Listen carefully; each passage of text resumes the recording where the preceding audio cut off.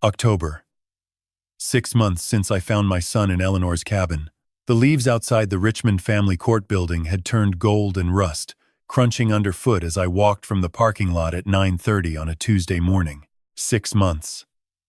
180 days of legal filings, therapy appointments, supervised visits, and the slow, grinding machinery of divorce. Time enough for wounds to stop bleeding, even if they hadn't healed. Time enough for people to change, or at least to begin. I sat on the bench outside courtroom 3 and waited. The hallway smelled like floor polish and anxiety. Other families moved past, each carrying their own fractures into rooms where judges would try to make broken things functional. Laura arrived at 9:45. I almost didn't recognize her. She'd cut her hair. Short now, just below her jaw. It made her look older, sharper, more herself, maybe, than she'd been in years. She wore a navy blazer over a white blouse, simple earrings. No wedding ring. Hadn't worn one since April. Nathan Webb walked beside her, briefcase in hand, reviewing notes on a legal pad. He nodded at me professionally. Laura saw me and smiled. A real smile. Not the practiced one from April. This one reached her eyes. "Dad Hank, you came." The name still caught me off guard every time. She'd started using it in June. Dad Hank. Not father-in-law. Not Hank. Something in between that acknowledged what we'd become to each other. Of course I came. We walked into the courtroom together. I took a seat in the gallery behind Laura's table. Nathan arranged files with the precision of a man who'd done this 1,000 times. At 9:55, Marcus arrived. I hadn't seen him since the apartment visit in May. 4 months. He looked different. Older than 6 months should have made a man. Gray at his temples that hadn't been there in April. Deeper lines around his eyes. Thinner, but also clean-shaven. Pressed suit. Tie knotted properly. On time. He'd hired a young attorney, a woman in her early 30s who looked competent and organized. They sat across the aisle. Marcus's back was straight. His hands were still. Our eyes met across the courtroom.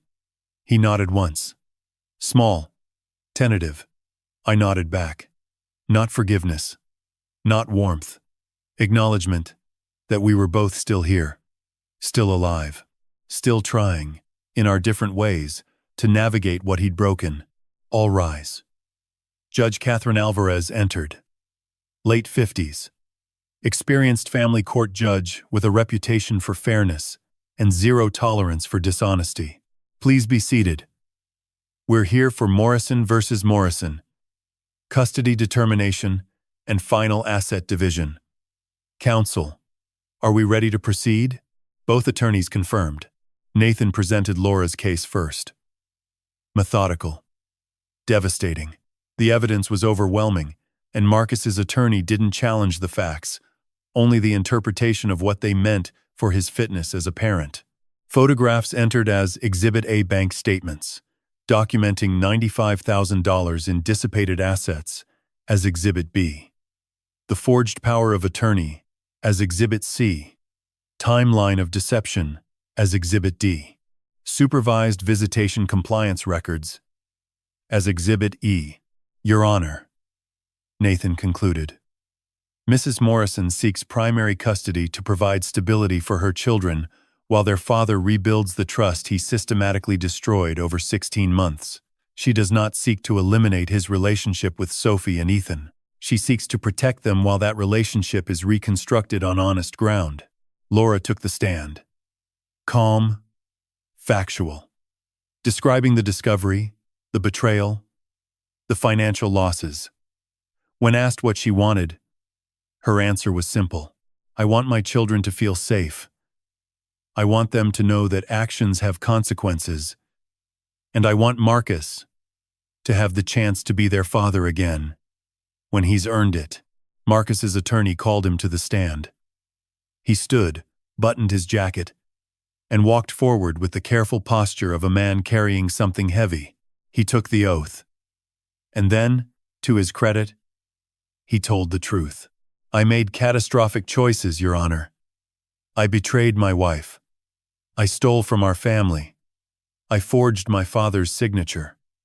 I endangered my children's future for a woman who was exploiting me. There is no excuse for any of it." He paused.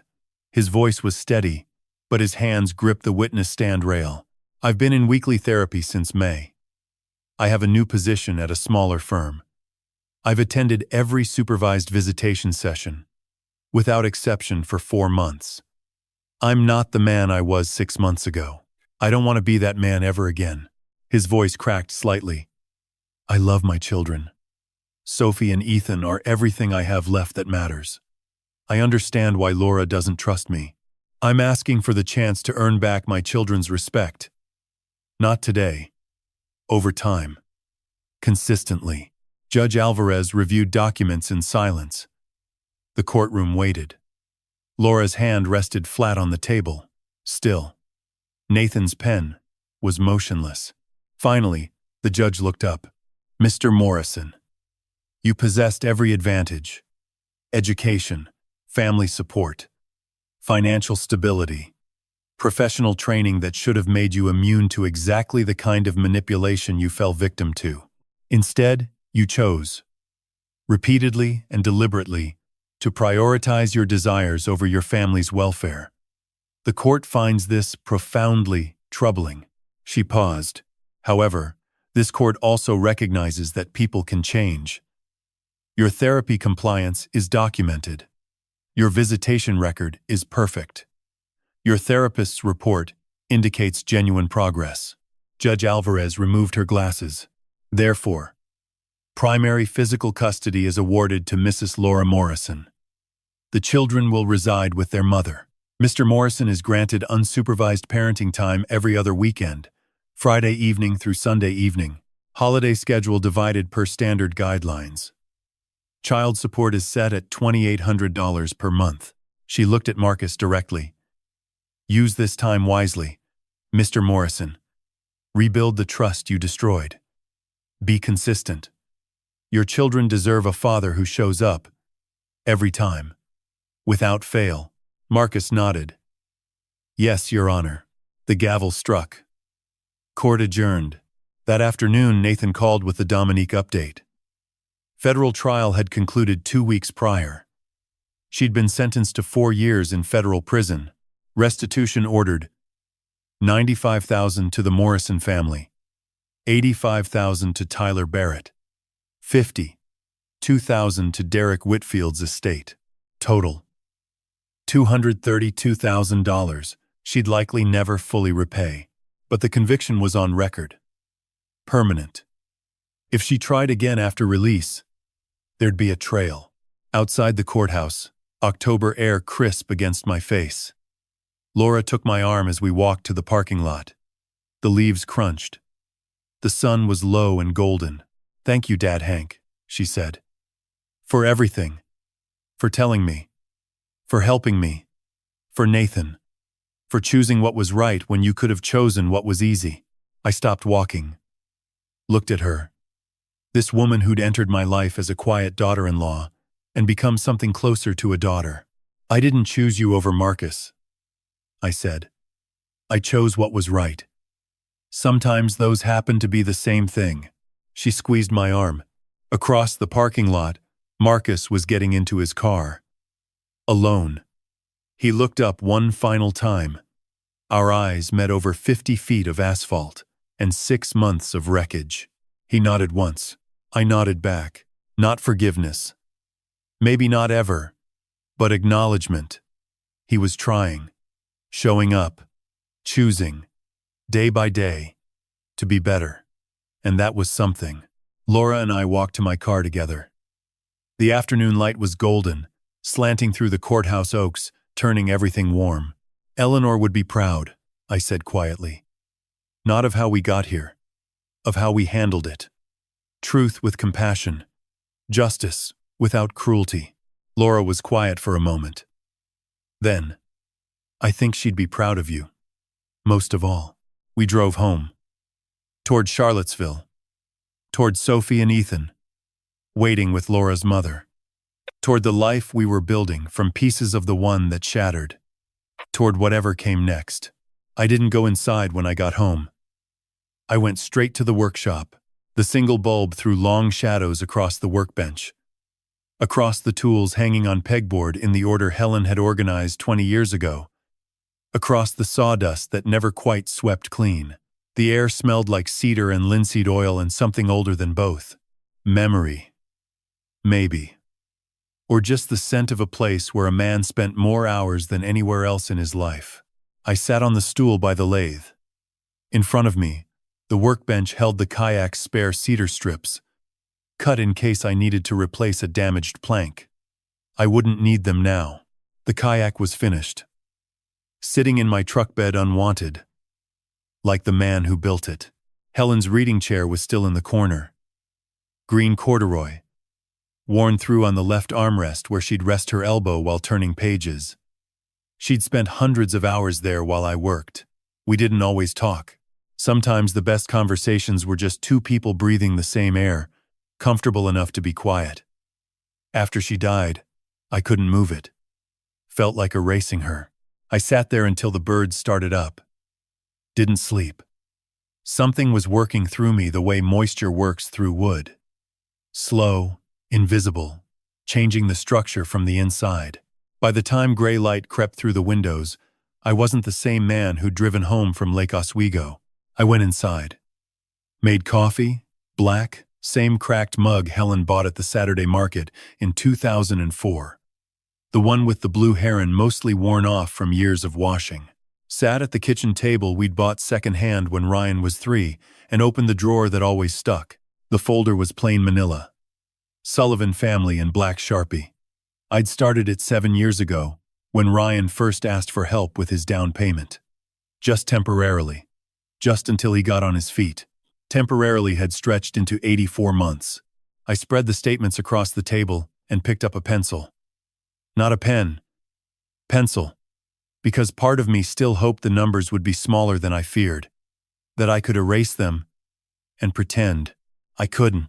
Mortgage on the Lake Oswego house. $5,100 per month. The house with the garage door that came down on me like a curtain falling on a show nobody wanted to watch. Tesla lease. $1,200 per month. Megan's essential vehicle. For brand alignment. BMW lease.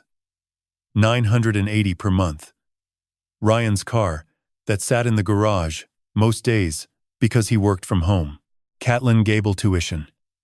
$4,600 per month. $55,000 a year for Nora to be around the right kind of people. Selwood Middle had been good enough for Ryan. Good enough for me. I kept writing. Country Club, $900. Podcast studio rental, $800. Wellness retreats, $1,500 per quarter. House cleaner, 3 times a week.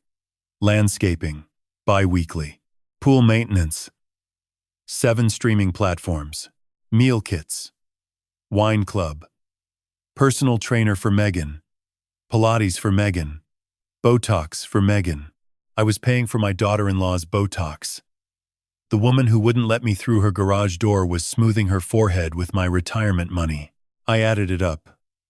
Checked it twice, then a third time because my brain kept rejecting the number like a machine spitting back a counterfeit bill. 155 recurring payments. $17,800 per month. Over 7 years, $1,256,000. I wrote it across the folder in numbers so large they filled the front. Stared until the coffee went cold. Then I pulled out the other folder from behind the rubber bands and dead batteries. Helen's handwriting on the tab. Careful and slanted. Life insurance. $650,000. Helen's death turned into a check I held for 2 weeks before I could deposit it. Sale of the boatyard workshop. $180,000. 36 years of building boats reduced to a real estate transaction so Ryan could furnish his house. TSP retirement. $220,000.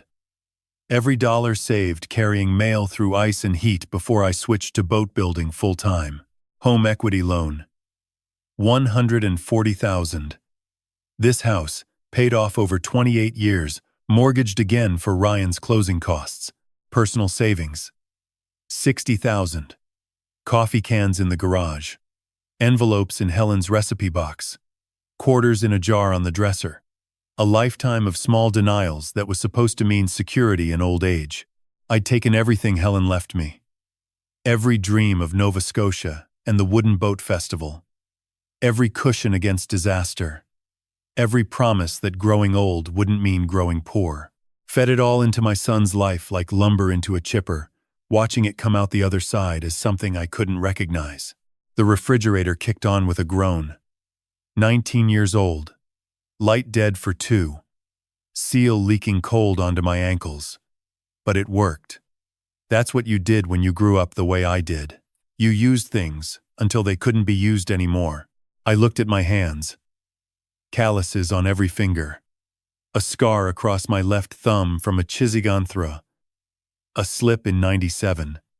Sawdust in the creases no soap could reach. These hands had built boats that sailed the Columbia. Built the cradle Ryan slept in. Built a kayak for a granddaughter I wasn't allowed to see. These hands had also signed every check, authorized every transfer. Said yes to every request, because saying no felt like not loving enough.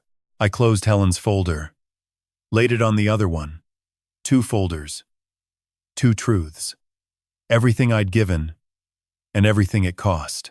Columbia Bank opened at 9 on Saturdays. I had 3 hours. I showered. Shaved for the first time in 4 days. Put on the blue button-down, Helen said. Made my eyes look like the river. Didn't rehearse what I'd say to Janet Reeves. The numbers said everything. 1.25 million.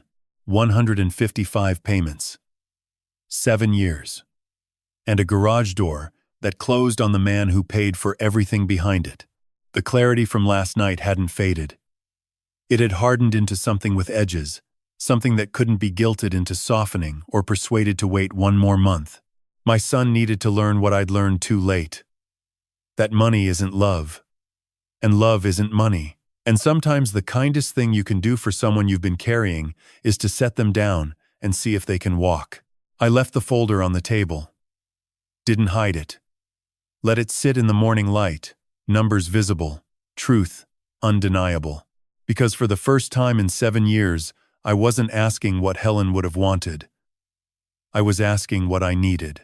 And what I needed was to stop being the foundation for a house that wouldn't let me through the door. Janet Reeves was unlocking the front door of Columbia Bank when my F-150 pulled into the lot. She looked up, surprised the way people look when they see someone where they don't expect them.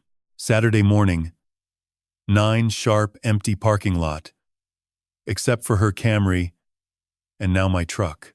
Vincent. She caught herself. Frank. Sorry. Long week. You're up early. Everything okay? I climbed out, folder under my arm. Need to make some changes, Janet. Big ones. Something in my voice made her pause. We'd known each other 18 years. She'd processed Helen's accounts after the accident. Sent flowers to the funeral. Cried at the reception when she told me Helen had been the kindest customer she'd ever had. Janet knew me as the quiet man who never raised his voice and never caused problems. She held the door open. Come on in. The bank smelled like carpet cleaner and burnt coffee from the break room. Saturday skeleton crew. Just Janet. And a young teller in the back counting something. She led me to her office, the same glass-walled room where she'd helped me set up the first automatic payment 7 years ago, where she'd said, "That's a generous thing to do for your son, Frank." Where I'd said, "It's just temporary." I sat down and placed the folder on her desk. Janet, I need you to cancel every automatic payment linked to my accounts. All of them. Today. She pulled up my profile on her screen. Clicked through tabs. Her face traveled from confusion to concern, to something close to shock, the way it moves when you open a wall during renovation and find the framing rotted through. Frank. She looked at me over her reading glasses. You have 155 recurring payments running through this account. Mortgage, vehicle leases, school tuition, insurance, memberships. She kept scrolling. This is funding someone's entire life. My son's life, I said. And his wife's. I want them all canceled. Every single one. Some of these are significant obligations. The mortgage alone is $5,100 a month. If that payment bounces, the bank will start foreclosure proceedings within 90 days. I know. The car leases. Both vehicles could be repossessed. I know. The school tuition, Frank.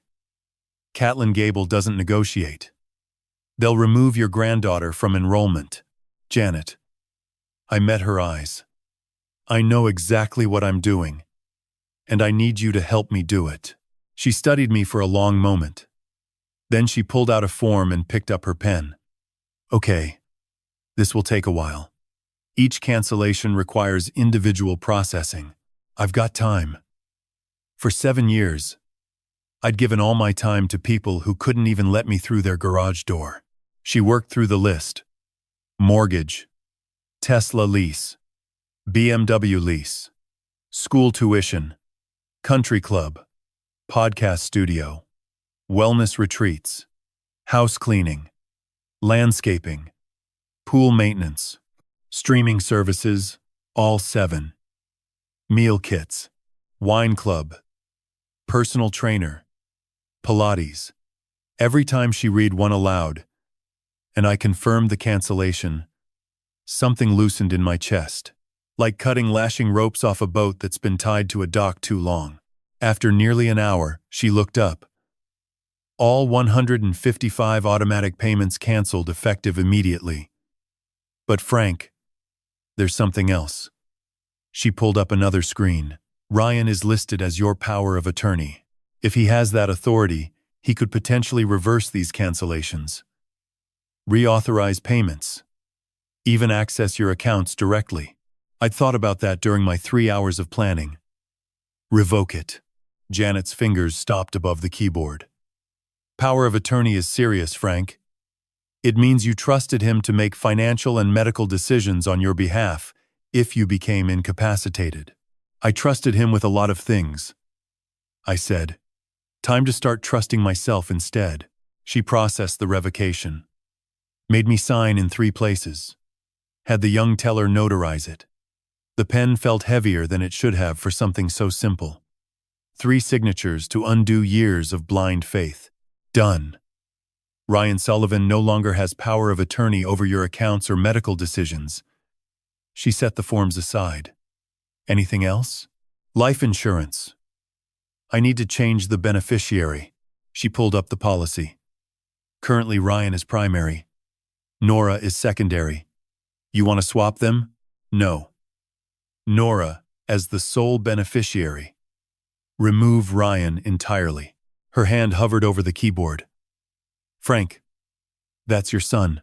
I know who he is. My voice came out harder than I intended, then softened. And I know what he's become. My granddaughter deserves to know that someone in this family kept their promises.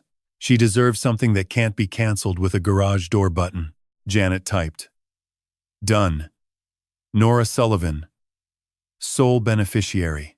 One more thing. The joint checking account. The one ending in 4721. The one Megan has access to. She checked. Balance is about $2,100. Close it. Transfer whatever's left to my primary account. Today. That means Megan Sullivan will have no access to any funds through this institution. That's the point. She processed it. Printed confirmations. Slid them across the desk in a neat stack. Cancellation. Confirmations. For 155 payments. Revocation of power of attorney. Life insurance beneficiary change. Joint account closure. Just paper. Just ink and signatures. But picking them up felt like cutting chain links with a torch. Each page lighter than it should have been for the weight it carried. Janet leaned forward and folded her hands. Frank, I have to ask. Are you sure? Because what you've just done is the nuclear option. Everything on this list will cause immediate consequences. Mortgage default, vehicle repossession, enrollment termination, credit destruction. Their entire financial structure is going to collapse. Maybe it needs to, I said. You can't know if a structure's sound until you remove the scaffolding. If it stands on its own, it was built right. If it falls, it was never really standing in the first place. She held my gaze. They're going to be furious. Let them, Frank. Her voice softened the way it had at Helen's funeral. I've known you a long time. This isn't like you. No. It's not. I gathered the papers into the folder. The old me would have kept signing checks until I died, broke in a house I no longer owned. The old me believed that writing a check was the same as writing a love letter. I stood up, but I'm done confusing the two. She walked me to the door. For what it's worth, she said quietly. Whatever brought you here today, I hope it leads somewhere good. I hope they learn what they need to learn. So do I, Janet. So do I. I stepped outside into October morning. Portland was doing what Portland does in autumn. That particular golden light that makes everything look like a painting somebody forgot to sign. Hawthorne Street was waking up. A woman walking her dog. A man opening his coffee shop, propping the chalkboard sign on the sidewalk. Somewhere down the block, someone was playing guitar. Badly. Beautifully. The way things sound when nobody's trying to impress anyone. I stood on the sidewalk and breathed. The folder was under my arm. 155 threads. Cut. Power of attorney, revoked. Insurance, redirected. Joint account, closed. 7 years of financial architecture, dismantled in 90 minutes. They didn't know yet. Wouldn't until Monday at the earliest, when the first payments bounced. Maybe not until the school called about tuition or the leasing company came for the Tesla or the mortgage company sent the first default notice. But they'd know soon enough. And when they did, when the calls started and the messages flew and the reality came crashing in like water through a broken hull, I'd be right here in Selwood, in the house I'd nearly lost to keep them comfortable, remembering what it felt like to choose myself for once. The morning air tasted like rain coming. I walked to my truck, set the folder on the passenger seat, and started the engine. For the first time in 7 years, the only payment I was making today was to myself. I hadn't sat in a coffee shop in 3 years. Used to come to this one every Sunday morning with Helen. Corner table by the window where you could see the Willamette through the trees, the water moving the way it always moved whether you were watching or not. Helen would order a lavender latte, because she said coffee should taste like something worth remembering. I always got black. She'd steal sips of mine anyway. After she died, I stopped coming. Not because it hurt too much, but because the table felt wrong with only one chair pulled out. Some places are built for 2 people, and sitting there alone just reminds you of the math. But today I walked in like I'd been coming every week. The woman behind the counter was new, didn't know me, didn't know this used to be our place. I ordered a coffee. Black. Then I looked at the pastry case and did something I hadn't done in years. One of those blueberry scones, I said. The big one. She wrapped it up. $5.25. I handed her a 10. Keep the change. I sat at the corner table. Our table. Pulled out the chair across from me like I was saving it for someone. Old habits. The scone was warm, buttery, more sugar than I'd eaten in a month. It was perfect. For 7 years I'd denied myself everything. Every unnecessary purchase. Every small indulgence. I ate rice and beans 3 nights a week. Wore work boots until the soles separated from the uppers. Drove a truck that burned oil because a new one was money that could go to Ryan. I'd turned frugality into a religion and sacrifice into an identity. Also, my son could lease a Tesla, and my daughter-in-law could buy athleisure that cost more than my weekly groceries. This scone cost less than 1 day of Megan's streaming subscriptions. 7 platforms. Who needs 7 platforms? but it tasted like something I'd forgotten existed. Freedom. The particular freedom of spending $5 on yourself without calculating how it affected someone else's budget. I finished the coffee, left the shop, and walked along the river. The Willamette was gray-green, moving slow and steady. A crew team practiced under the Hawthorne Bridge, their oars cutting the surface in perfect rhythm. Helen used to say the river was the most honest thing in Portland. It never pretended to be something it wasn't. Never dressed itself up, just moved forward, carrying whatever fell into it, letting the current sort out what floated and what sank. The river knows the way. Trust the current. She'd said that to me 100 times. When I worried about Ryan's grades, when the boatyard had a slow season, when the doctors told us about the other driver's blood alcohol level and how there was nothing they could have done, trust the current. It'll take you where you need to go, even if you can't see the destination. I walked back to my truck, drove home, and went straight to the workshop. The kayak was still in the truck bed. I didn't bring it in. Wasn't ready for that yet. Instead, I picked up the sanding block and worked on a cutting board I'd started months ago from a piece of reclaimed walnut. Simple work. Repetitive. The kind of work that lets your mind go quiet while your hands stay busy. Sand with the grain. Never against it. You fight the wood. The wood wins every time. I worked until the light changed.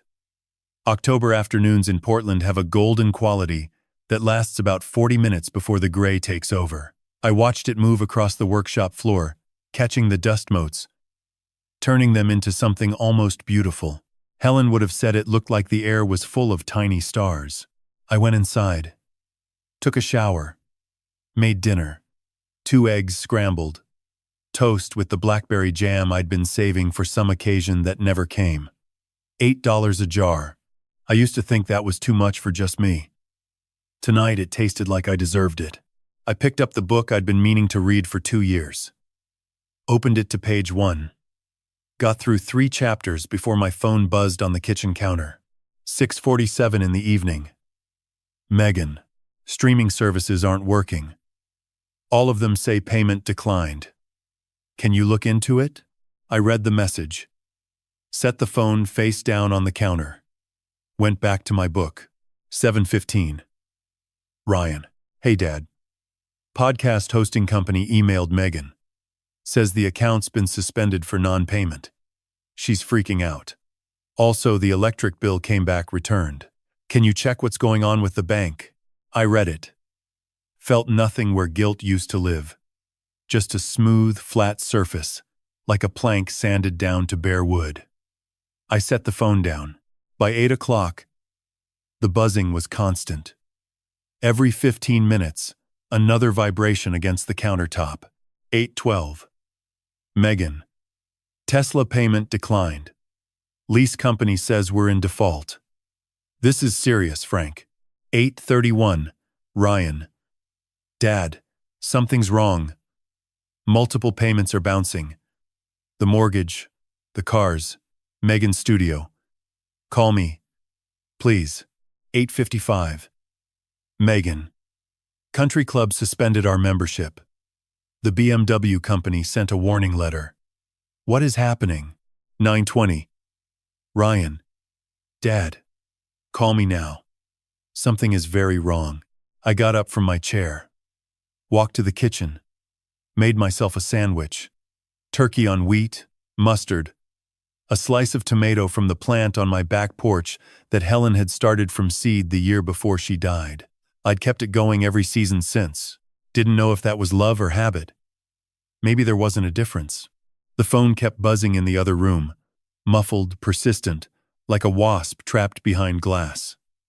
I washed my plate, dried it, put it away in the cabinet, went back to my book.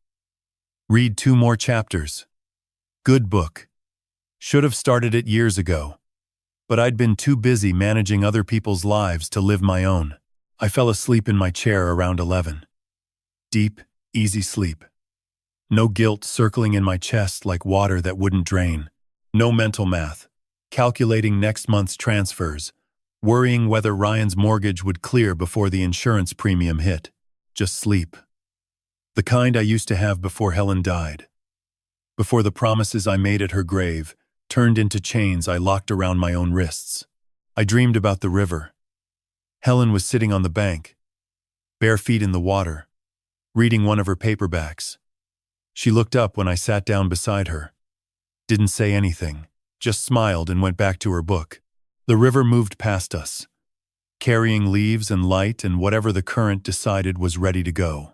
When I woke Monday morning to 9 missed calls and a voicemail notification I didn't play, I made coffee, scrambled eggs, and sat at my table in the quiet house I'd almost lost to keep people comfortable who couldn't even let me through their garage. The phone was silent now. The storm was still gathering. They didn't know the full scope yet. Wouldn't until the mortgage company called, until the school sent the letter, until the leasing company dispatched the flatbed. But the weather was about to change. And for the first time in 7 years, I wasn't standing in the rain holding an umbrella over someone else's head. I was inside, dry, reading my book, eating my eggs, and the rain could do whatever it wanted. The rain came Monday afternoon. Not dramatic, just steady, and gray, and patient. The kind that soaks through everything if you stand in it long enough. By Tuesday, my phone had become a small machine with one purpose: buzzing, vibrating across whatever surface I set it on, sliding half an inch every few minutes like something alive and desperate. Tuesday, 7:14 in the morning. Ryan. Dad. The mortgage company called.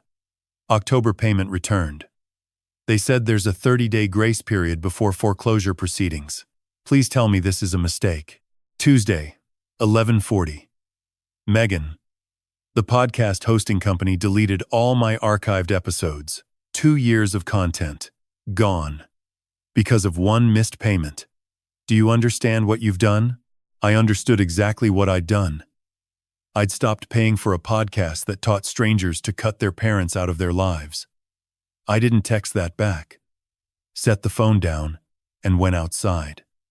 Omvres. The camellia bushes along the back fence needed pruning. Helen had planted them the spring before she died. 7 bushes, white and pink. The kind that bloom in winter when everything else has given up. I'd kept them alive but hadn't shaped them properly in 2 years. Too busy making sure everyone else's garden looked perfect while mine went wild. I got the shears from the workshop. Pruning camellias is simple. You cut away dead wood, crossing branches, growth that steals energy from the parts still producing flowers. It looks violent. Branches falling, bare spots appearing. But it's not violence. It's mercy. You remove what's dying so what's living has room to breathe. I started with the white bush, Helen's favorite. The thorns caught my hands, drew thin lines of blood. With each cut, I thought about Ryan, the boy who helped me in this garden, complaining about dirt but working anyway. The teenager who mowed this lawn for $10, then spent it at the comic shop on Hawthorne. The man who'd forgotten this garden existed. Wednesday, 2:15. Ryan. Dad. Megan's car insurance lapsed. If she gets in an accident, we're personally liable. This isn't just about us anymore. Wednesday, 6:30. Megan. My therapist says this is classic narcissistic punishment behavior. You're proving everything I've ever said about you. Her therapist. The one I'd been paying $240 a session for. Twice a week.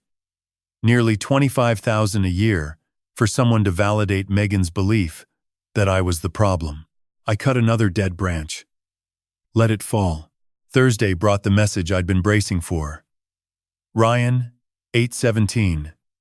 School called about Nora. Tuition for the semester is $28,000. If it's not current by the 31st, she'll need to withdraw. Dad, she loves that school. Her friends are there. Don't punish her for whatever's happening between us. I set down the shears. Sat on the back steps. The camellia bushes looked stripped, wounded. but they'd fill in by spring. Stronger. That's what happens when you cut away what's stealing from the roots. $28,000. I had it. Could transfer it in 5 minutes. But if I paid now, Ryan would learn one thing. That his daughter was a key that opened my wallet. That guilt worked. That no didn't mean no. And next month, he'd reach for that same key again. Nora would survive public school. Ryan had. I had. She would too. I picked up the shears and went back to the camellias. Thursday night I sat with soup and listened to the rain. The phone buzzed in the other room every few minutes. The rhythm almost familiar now, like a clock you only notice when it stops. The guilt was the hardest part. Not anger, not sadness. Guilt. It lived in my sternum like a fishhook, sharp and small, pulling every time I ignored a message. Because every time I didn't respond, I imagined Ryan telling Megan, he's really not going to help. Every time my phone stayed dark, I imagined Nora asking why Grandpa wasn't answering. Was I teaching them to stand on their own? Or teaching them that love had an expiration date? I didn't know. The line between tough love and cruelty was drawn in pencil, not ink, and it moved depending on who held the ruler. All I knew was if I answered now, sent one transfer, covered one bill, everything would collapse backward. The bank, the cancellations, the clean sleep. I'd be right back where I started. A wallet with a heartbeat. A foundation that apologized for existing. Friday morning. 14 missed calls overnight. One voicemail. I almost played. Almost. Because that's what fathers do. Answer when their sons call. But I remembered the garage door coming down. Megan's hand on the button. Ryan's eyes on the floor. I deleted the voicemail without listening. Friday afternoon, 4:17. Ryan. Fine. We'll figure it out ourselves. But when this is over, don't expect me to forget that you did this. I read it twice. Set the phone down. Went outside. The camellias were bare now. Every dead branch removed. Every crossing shoot cut clean. They looked naked in the gray, but underneath the structure was sound. Good roots. Strong framework. They'd bloom in February, and when they did, every flower would be there because it earned its place. That night I climbed the stairs slowly. My body felt old, not injured. Just heavy with the exhaustion of holding a line that everyone you love is pulling against. I lay under the quilt Helen's mother had made. Patchwork of old flannel and Sunday dresses stitched with the patience of a woman who believed nothing should be wasted. Stared at the ceiling. 38 missed calls in 5 days. Not one answered. I told myself this silence was teaching what my voice never could. That this absence was making space for something I couldn't build for them. That sometimes the most loving thing a father can do is stop answering and start trusting the lesson will land where it needs to. I had to believe that. Because if I was wrong, if this was cruelty in a mask, then I'd burned everything for nothing. The rain picked up. Helen's quilt held me together. And somewhere in Lake Oswego, in a house I'd paid for and wasn't welcome in, my son was learning what it felt like when the man who built everything decided to stop building. The tow truck came for the Tesla on a Tuesday morning. 10:15. Broad daylight. The whole neighborhood watching. I wasn't there. Didn't see it happen. But Tom Brennan's sister lived 2 streets over from Ryan's place in Lake Oswego, and she called Tom, who called me while I was sanding the walnut cutting board in my workshop. They towed the Tesla right out of the driveway, Tom said. Flatbed truck. 2 guys in reflective vests. The neighbors were out on their porches pretending not to watch. His sister said Megan came running out in her bathrobe screaming at the driver. He just handed her a form and drove off. I held the phone against my ear with my shoulder. Kept sanding. How'd Ryan take it? Wasn't home. Megan called him. Tom's sister could hear her through the walls. Something about how this was all your fault, and she was going to destroy you on her platform. Her platform. The one I'd been funding. The irony was so thick, you could have spread it on toast. Over the next 3 days, the infrastructure kept crumbling. The house cleaner quit Wednesday after her last 3 checks bounced. Landscaping crew pulled their equipment Thursday and left the yard half-mowed. A clean line between maintained and abandoned running right through the front lawn. The pool maintenance company sent a certified letter. The BMW's lease company sent a second warning. And Megan's podcast, the one with the soothing intro music and the gentle voice that taught 22,000 subscribers how to identify and remove toxic family members from their lives, went dark. Hosting suspended for non-payment. 2 years of archived episodes, locked behind a paywall nobody was paying. Some of her followers noticed. Comments started appearing on her Instagram. What happened to the new episode? Is Clarity living okay? Hope everything's all right with your family journey. Family journey. That's what she called it. A journey. Like cutting me out of my granddaughter's life was a vacation she'd planned on a wellness retreat I'd paid for. Thursday evening, I met Tom at the pub on Selwood. Corner booth. 2 pints. The place had been there since the 80s.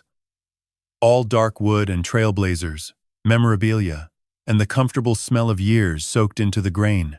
Tom and I had been drinking here since before Helen died. He'd been there the night I got the call about the accident. Drove me to the hospital. Sat with me in the waiting room while I learned what the word gone meant when a doctor said it. Tom studied me across the table. You look tired, Sully. I am tired, but not sorry. I wrapped my hands around my pint. No. Not sorry. He nodded. Took a long drink.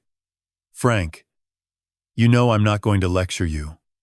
You're a grown man, and you've been carrying that boy since before Helen passed, but I want to make sure you understand the difference between 2 things. I waited. There's punishing someone for hurting you, and there's unshackling yourself from someone who is drowning you. They look the same from the outside, but they come from different places in here. He tapped his chest. One comes from anger. The other comes from clarity. Which one are you operating from?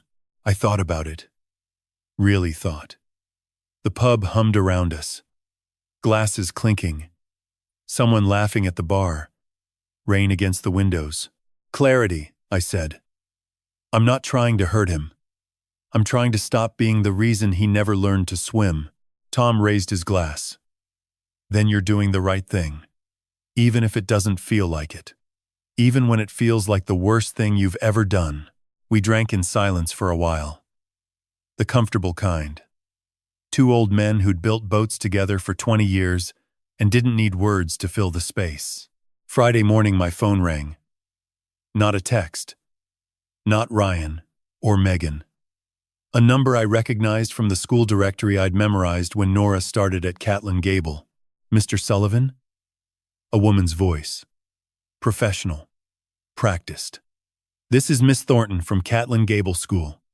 I'm calling regarding your granddaughter Nora's tuition account. My chest tightened. Yes, we have a significant outstanding balance. $28,000 for the current semester. Your son hasn't responded to our communications. And you're listed as having made previous payments. I wanted to reach out directly. I could hear everything Tom had said. Heard Helen's voice. Heard my own words from the kitchen table. The morning I'd decided to stop being the foundation. Miss Thornton, I said, voice steadier than I felt. You need to speak directly with Ryan Sullivan about this. He's Nora's father. He needs to handle it. Silence long enough that I checked if the call had dropped. We've tried, Mr. Sullivan. He says he's working on it.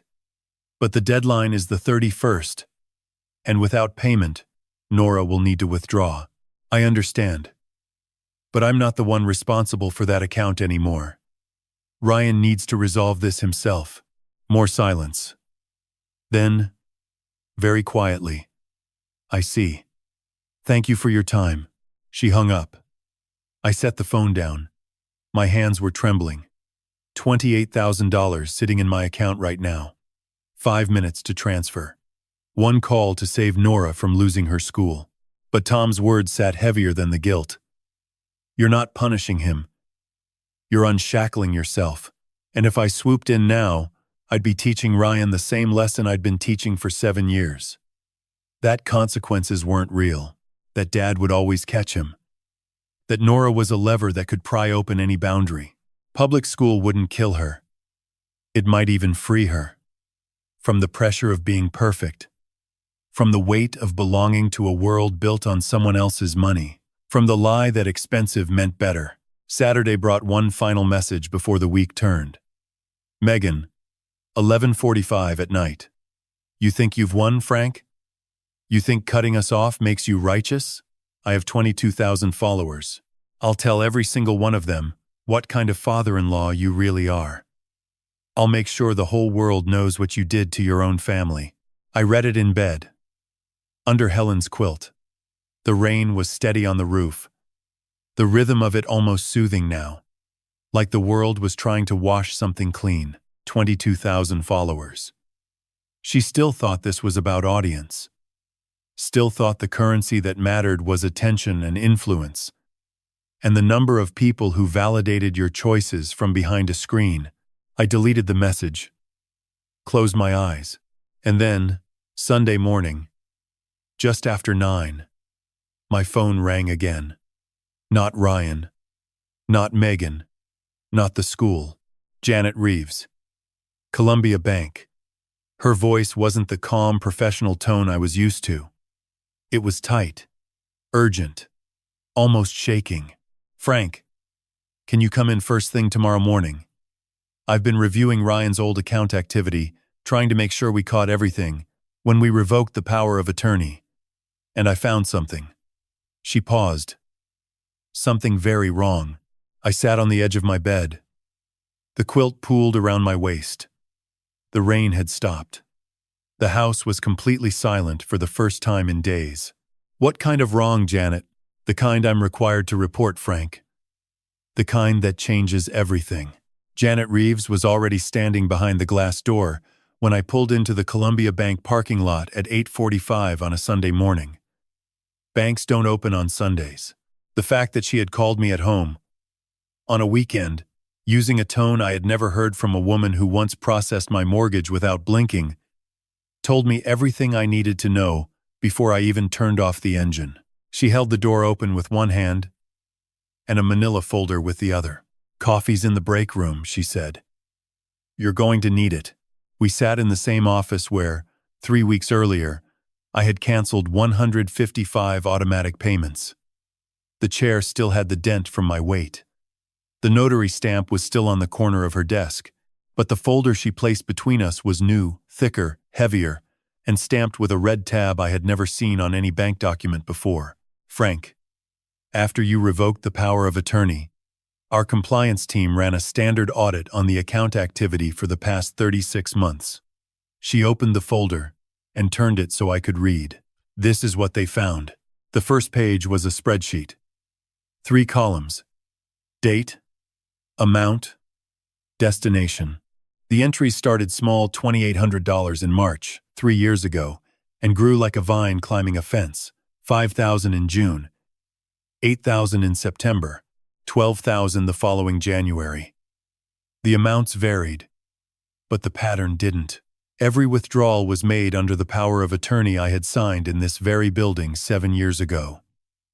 The one I had trusted my son to use only for emergencies. I counted the entries. 41 individual withdrawals over 36 months. What's the total? I asked. Though part of me already knew the answer would break something inside my chest. Janet placed her finger on the bottom line. $85,000. I read the number twice. Then a third time. $85,000. Withdrawn from an account I checked every month, hidden inside transfers that were timed to land between my pension deposit and my bill cycle, a 3-day window. When the balance fluctuated enough that a few thousand missing wouldn't trigger my attention. Whoever planned this understood my banking habits better than I did. Where did the money go? I said. Janet turned to the second page. Every withdrawal, all 41 of them, had been deposited within 48 hours into a single business checking account, registered under an LLC called Clarity Living LLC. The company was incorporated in the state of Oregon 14 months ago. The registered agent was listed in neat black type. Megan Sullivan, my daughter-in-law. The woman who had shut the garage door on my granddaughter's birthday kayak. The woman who sold a $299 online course called Toxic Family Detox to 22,000 followers, teaching strangers how to cut off their parents. And she had built every pixel of that business, with money stolen from her father-in-law's retirement account. I sat back in the chair and stared at the ceiling tile above Janet's head. There was a water stain in the corner, shaped like the state of Oregon.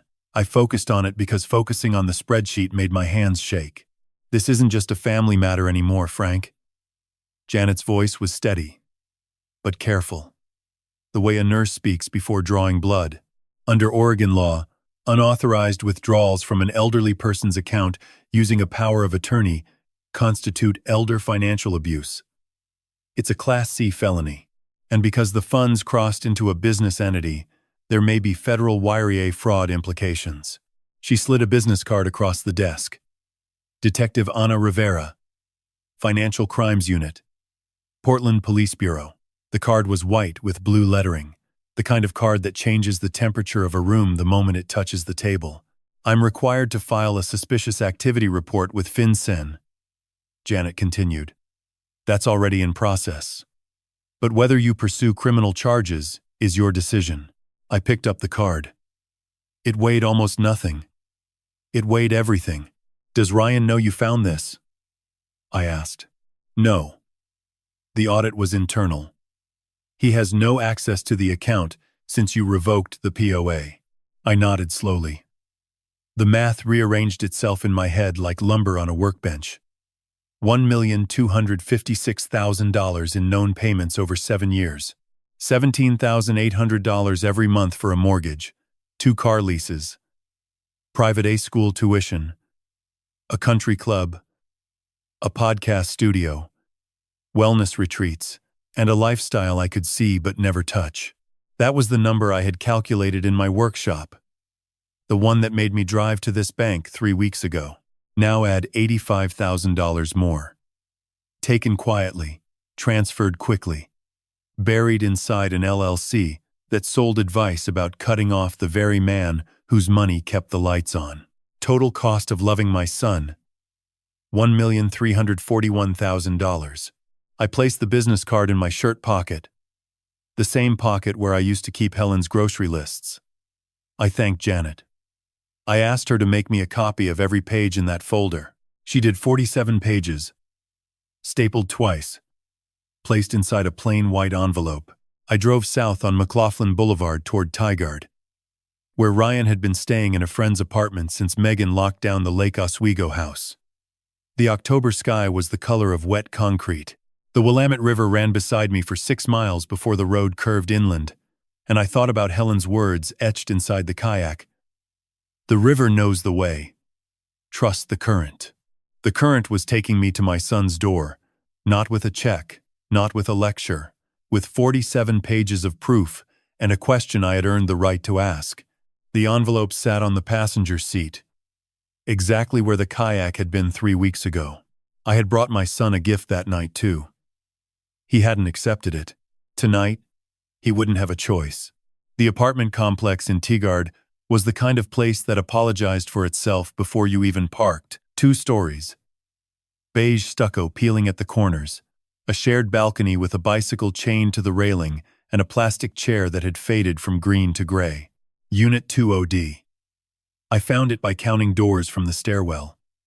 The hallway smelled like carpet cleaner and microwaved soup. I knocked 3 times. Carpenter's knock knuckle on wood, firm but not angry. The kind of knock that says, I know what this door is made of. And it isn't much. 15 seconds. 20. I heard a chair scrape against linoleum, then footsteps slow, uneven, the walk of a man who hadn't been sleeping well. The deadbolt turned. The door opened 4 inches, caught by a chain that looked like it came from a hardware store clearance bin. Ryan's face appeared in the gap. He had lost weight. His jawline, always sharp, now looked carved from something brittle. His eyes were red at the edges, and his shirt, a plain gray twello shirt, I didn't recognize, hung off his shoulders like it belonged to someone larger.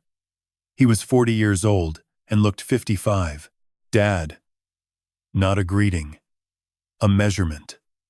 He was calculating how much trouble stood on his doorstep. Let me in, Ryan. It's not a good time. It's Sunday night. You're alone. Your wife locked you out of your own house. Your Tesla is gone. Your podcast is gone. Your country club is gone. I held up the white envelope, and now I know where $85,000 of my money went. So I'd say it's exactly the right time. The chain rattled. He closed the door not to shut me out, but to slide the chain free. When it opened again, the full room revealed itself. A futon with tangled sheets, a folding table with a laptop and 3 empty coffee mugs, a suitcase open on the floor with clothes spilling out like a wound. No pictures on the walls, no books, no sign that anyone lived here by choice. I stepped inside and set the envelope on the folding table, next to his laptop.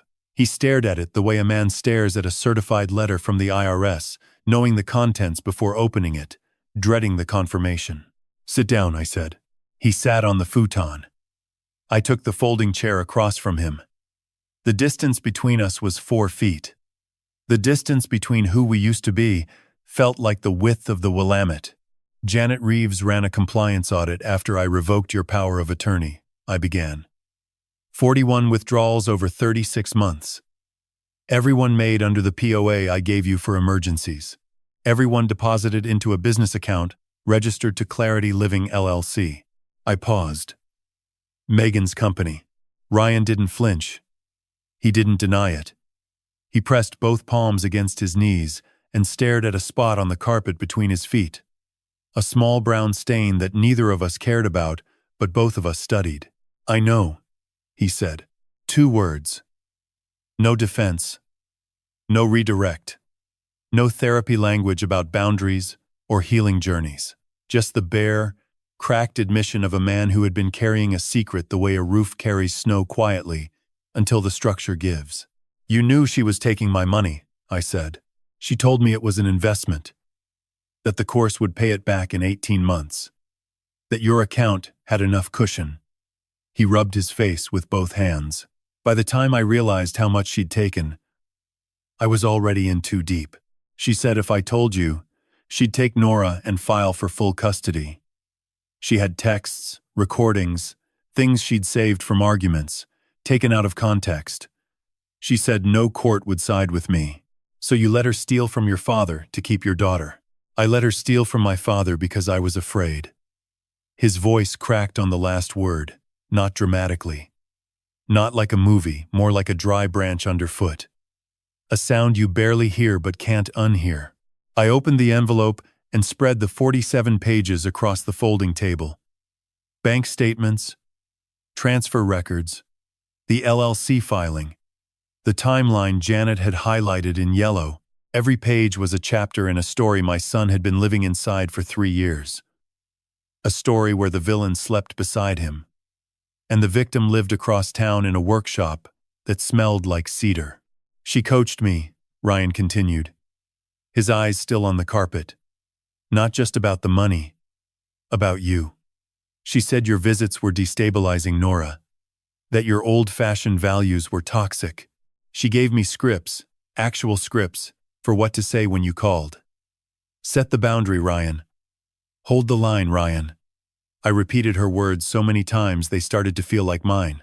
I thought about the garage door closing on the Kayak. I thought about Ryan's voice that night, flat, rehearsed, like a man reading from a card, held just out of frame. Stay away, Dad. Those words hadn't been his. They had been hers, planted in his mouth like a seed in someone else's soil. The detective's name is Ana Rivera, I said. Financial Crimes Unit. Janet has already filed the report. What happens next depends on what I decide. Ryan looked up for the first time. His eyes were wet, but he wasn't crying. He was waiting the way a man waits for a verdict he knows he deserves. I'm not here to punish you, I said. I'm here because you're my son, and I need to know one thing." The room was quiet. The refrigerator hummed. Outside, a car passed with its radio, playing something I couldn't name.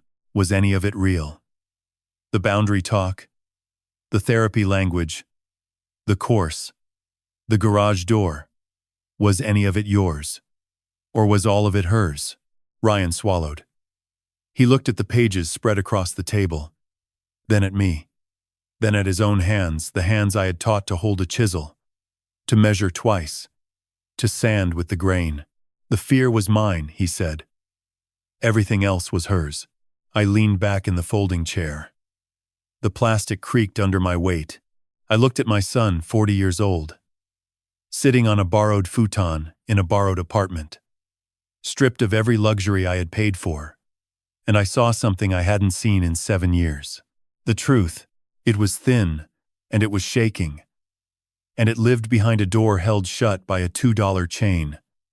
But it was there, and it was enough to keep me in the chair. I stayed in that tigered apartment for 2 more hours. We didn't hug. We didn't shake hands.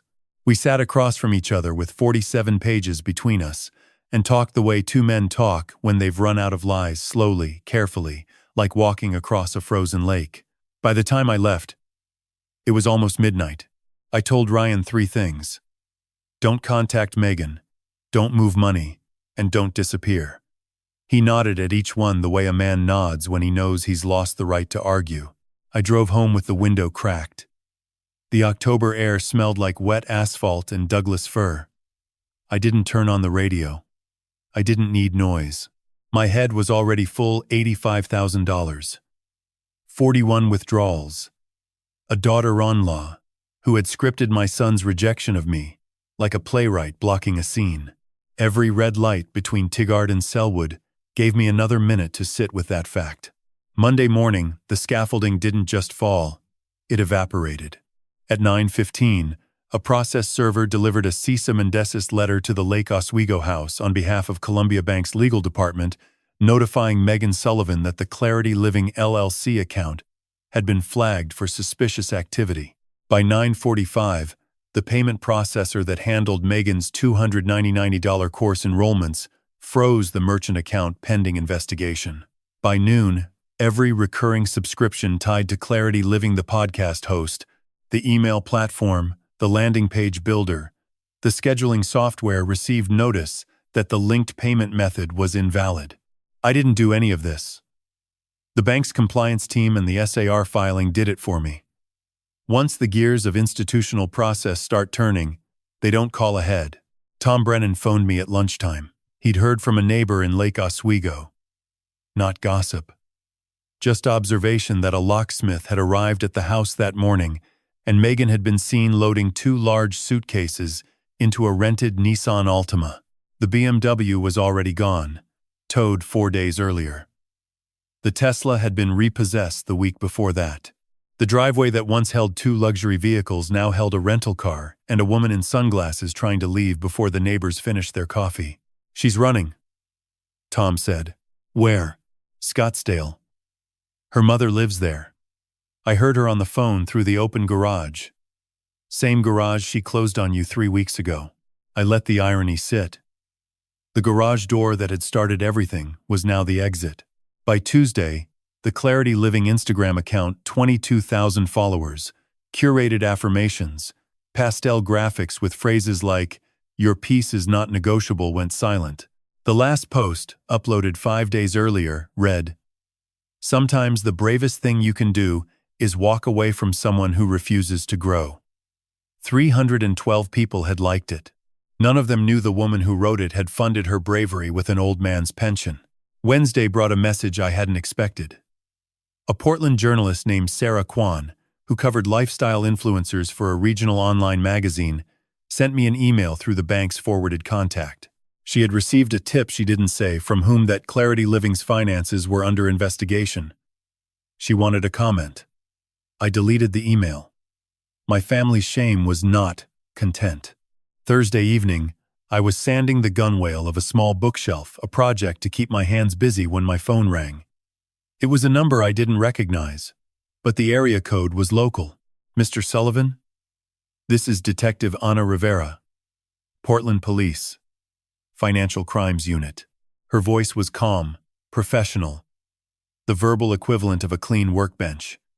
She confirmed the SAR had been received. She explained the preliminary findings, the 41 withdrawals, the LLC connection, the pattern of structured amounts designed to stay beneath certain reporting thresholds. She used a word I hadn't heard before, structuring, and explained that deliberately keeping withdrawals under $10,000 to avoid federal reporting was itself a crime, separate from the theft. "We'd like to interview your son," she said. "He's not currently a suspect, but he's a material witness. His cooperation would be significant." "He'll cooperate," I said. I believed it. The man I had seen on that futon, thin, shaking, finally honest, was not a man who would run. "And Mrs. Sullivan?" "Megan? Scottsdale. Her mother's house. We're aware." That was all she said. 2 words that meant the machinery was already moving. I hung up and stood in the workshop doorway. The rain had stopped for the first time in days, and the sky over Selwood was a deep bruised purple, the kind of color that Portland gives you right before it clears, like an apology before a gift. I could see the Willamette through the trees at the end of the block, its surface catching the last light like hammered tin. My phone buzzed. A text from a number I knew by heart, Ryan's. Megan took the house keys, the joint credit cards, and the car seats. She left the mortgage notice on the kitchen counter. She didn't leave a note for Nora.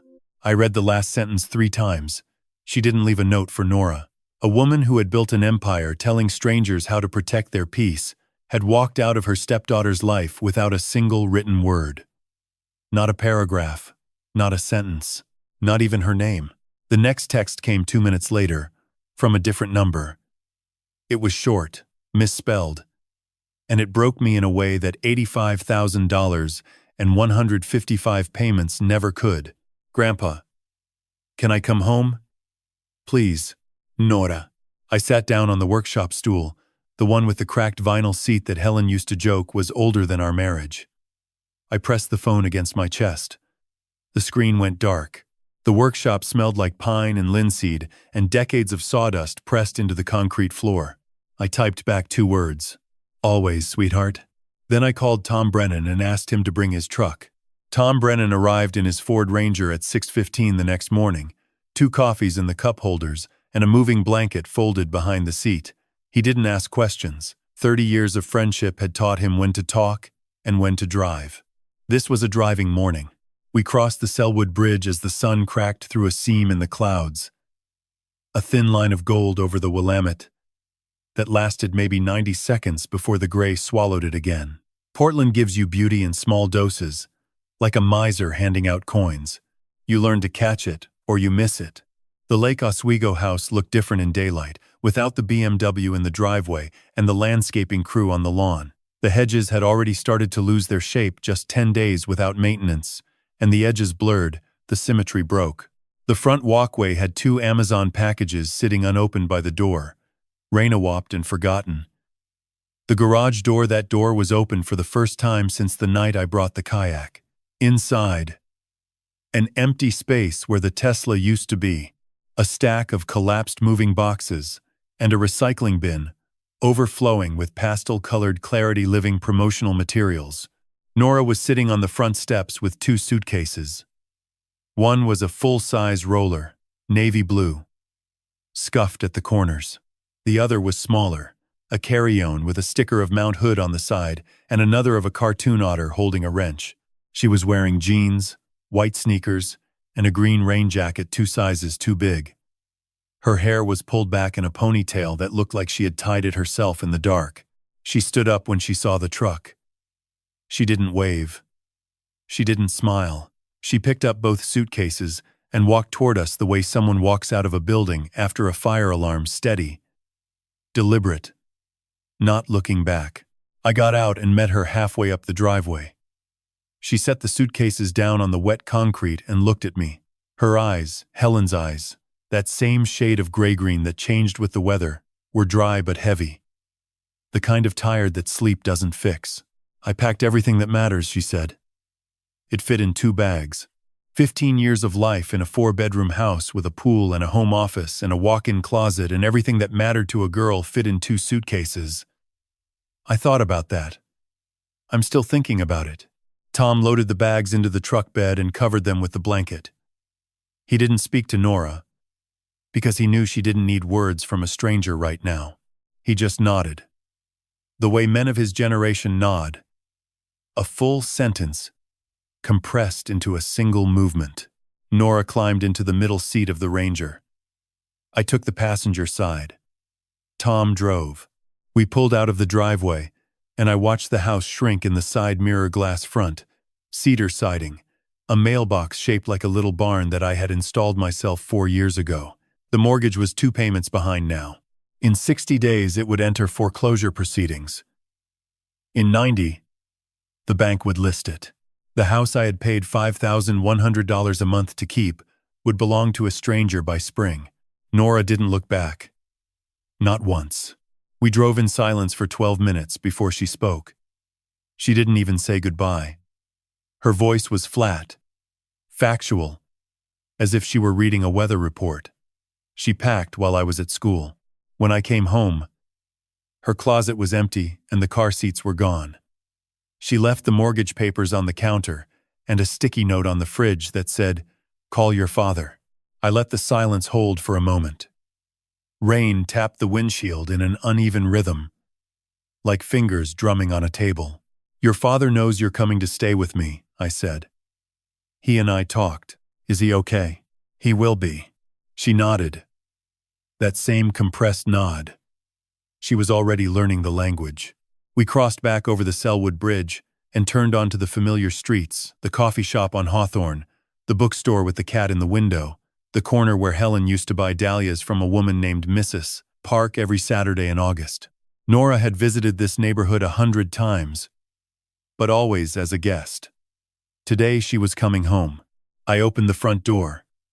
The house was warm. I had left the baseboard heater running, something I almost never did because of the electric bill.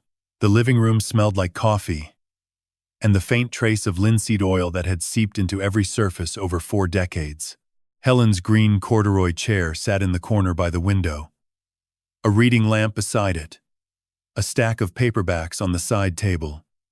The kitchen was small, clean, unremarkable, a Formica counter, a white refrigerator that hummed louder than it should, a window above the sink that looked out onto the backyard, where 7 camellia bushes stood stripped and pruned, waiting for spring.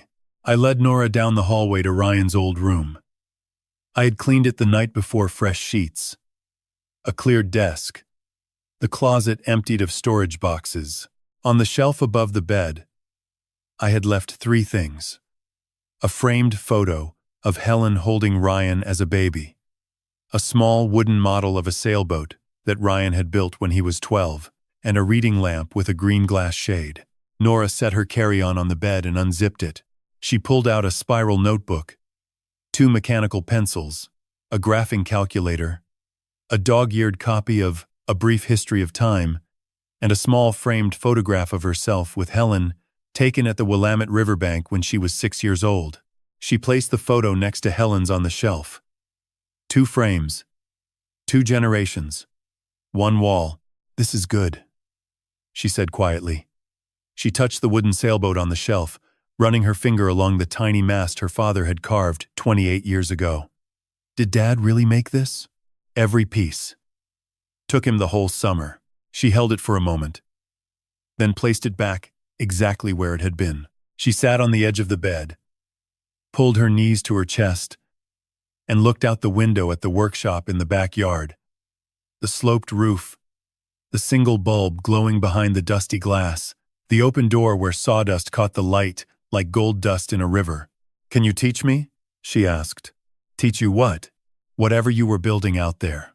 I leaned against the doorframe, the same frame I had leaned against when Ryan was 15, and asked me the same question. The wood was smooth under my shoulder, worn by decades of exactly this posture. "Tomorrow," I said. "Tonight.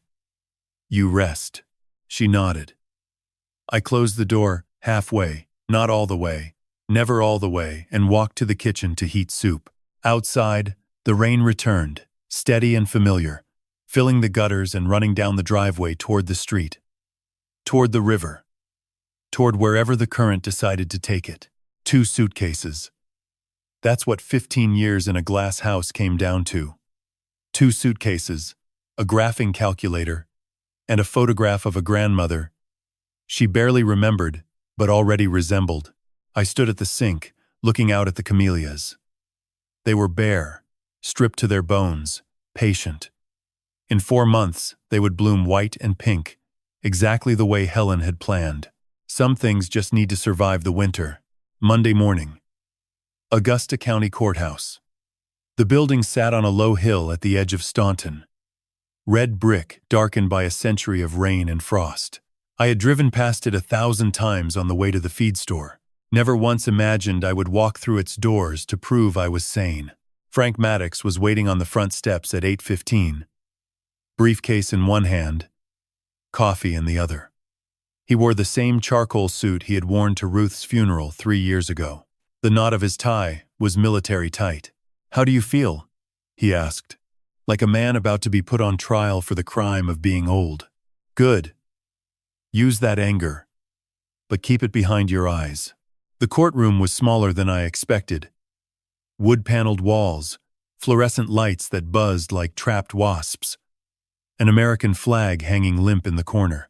Judge Patricia Hale sat behind the bench mid-60s, silver hair pinned back, reading glasses on a chain around her neck. She had the face of a woman who had heard every lie a courtroom could produce and was tired of all of them. Roger Whitfield entered at 8:28. Charles Wexford's lawyer. He was younger than I expected, early 40s. Sharp suit, polished shoes. The kind of man who believed the law was a tool rather than a principle. Behind him came Charles himself, dressed in a navy blazer with gold buttons, looking like he was arriving at a country club luncheon rather than a guardianship hearing. He didn't look at me. That was deliberate. Nathan was not in the courtroom. We had agreed on that at the diner. His absence would speak volumes. The son who filed the petition through Charles's attorney, but couldn't face his own father. Frank would use that. Whitfield opened with a prepared statement. He described me as a 69-year-old widower living alone on a remote property, increasingly isolated, exhibiting signs of cognitive decline and erratic financial behavior. He cited my refusal to modernize the farm's equipment, my rejection of multiple land development offers, and what he called an emotional attachment to the property that overrides rational judgment. He presented a letter unsigned, typed allegedly from a neighbor who had observed me talking to myself in the orchard at odd hours. I had been talking to Ruth, but Whitfield didn't know that. And even if he did, a man talking to his dead wife in an apple orchard was not a man who had lost his mind. It was a man who had lost his heart. Frank stood. He did not raise his voice. He never did. In 40 years of law, Frank Maddox had learned that the quietest man in the courtroom was usually the most dangerous. Your Honor, I have 3 items to present. First, Dr. Evelyn Torres's medical report, completed Friday. Full cognitive and physical examination. Blood pressure, 118/78. Neurological reflexes intact. Mental arithmetic verified against actual farm records. Walt Brennan calculated his net revenue, tax liability, and reserve percentage within $2 of documented figures. Dr. Torres's conclusion, read aloud by Frank in a voice that filled every corner of the room. Mr. Brennan demonstrates cognitive function consistent with a healthy adult 20 years his junior. There is 0 clinical indication of decline. Whitfield shifted in his chair. Second, 5 years of financial records compiled by Diane Chen. Profit and loss statements. Federal and state tax filings.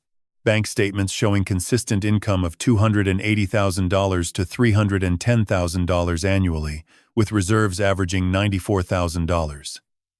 No missed payments, no erratic transactions, no debt.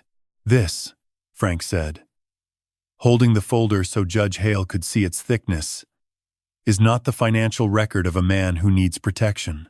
This is the record of a man who has managed a multi-generational agricultural enterprise with more discipline than most publicly traded companies. Third, 3 sworn affidavits. Pastor David Hensley, who had shared Wednesday coffee with me for 11 years and attested to my sharp memory and sound judgment. Vernon Sykes, owner of Valley Farm Supply, who confirmed I personally negotiated equipment purchases, always paid on time, and once caught a billing error his own staff had missed. Margaret Calloway, president of the Shenandoah Agricultural Cooperative, who stated I had served on the co-op board for 15 years and had never missed a meeting or a vote. Frank laid the affidavits on the bench. Then he turned to face Whitfield. Counselor, your petition describes a man in decline. The medical evidence says otherwise. The financial evidence says otherwise. 3 members of this community, under oath, say otherwise. The only evidence you have presented is an unsigned letter from an unnamed neighbor. Frank paused. I would also note for the record that the petitioner's son, Nathan Brennan, is not present in this courtroom today. He did not submit his own affidavit. He did not provide testimony. The petition was prepared and filed entirely by Mr. Whitfield, on instructions from Mr. Pointwell, Charles Wexford III, who is not a family member, not a medical professional, and not a resident of this county. Judge Hale looked at Whitfield over her reading glasses. Mr. Whitfield, is the petitioner's son available to testify? Whitfield hesitated. He was unable to attend due to a scheduling conflict. A scheduling conflict, Judge Hale repeated. The 2 words carried the weight of a gavel. She reviewed the documents for 4 minutes. The courtroom was silent, except for the fluorescent buzz, and Charles Wexford adjusting his cufflinks. Then she spoke. This petition is denied.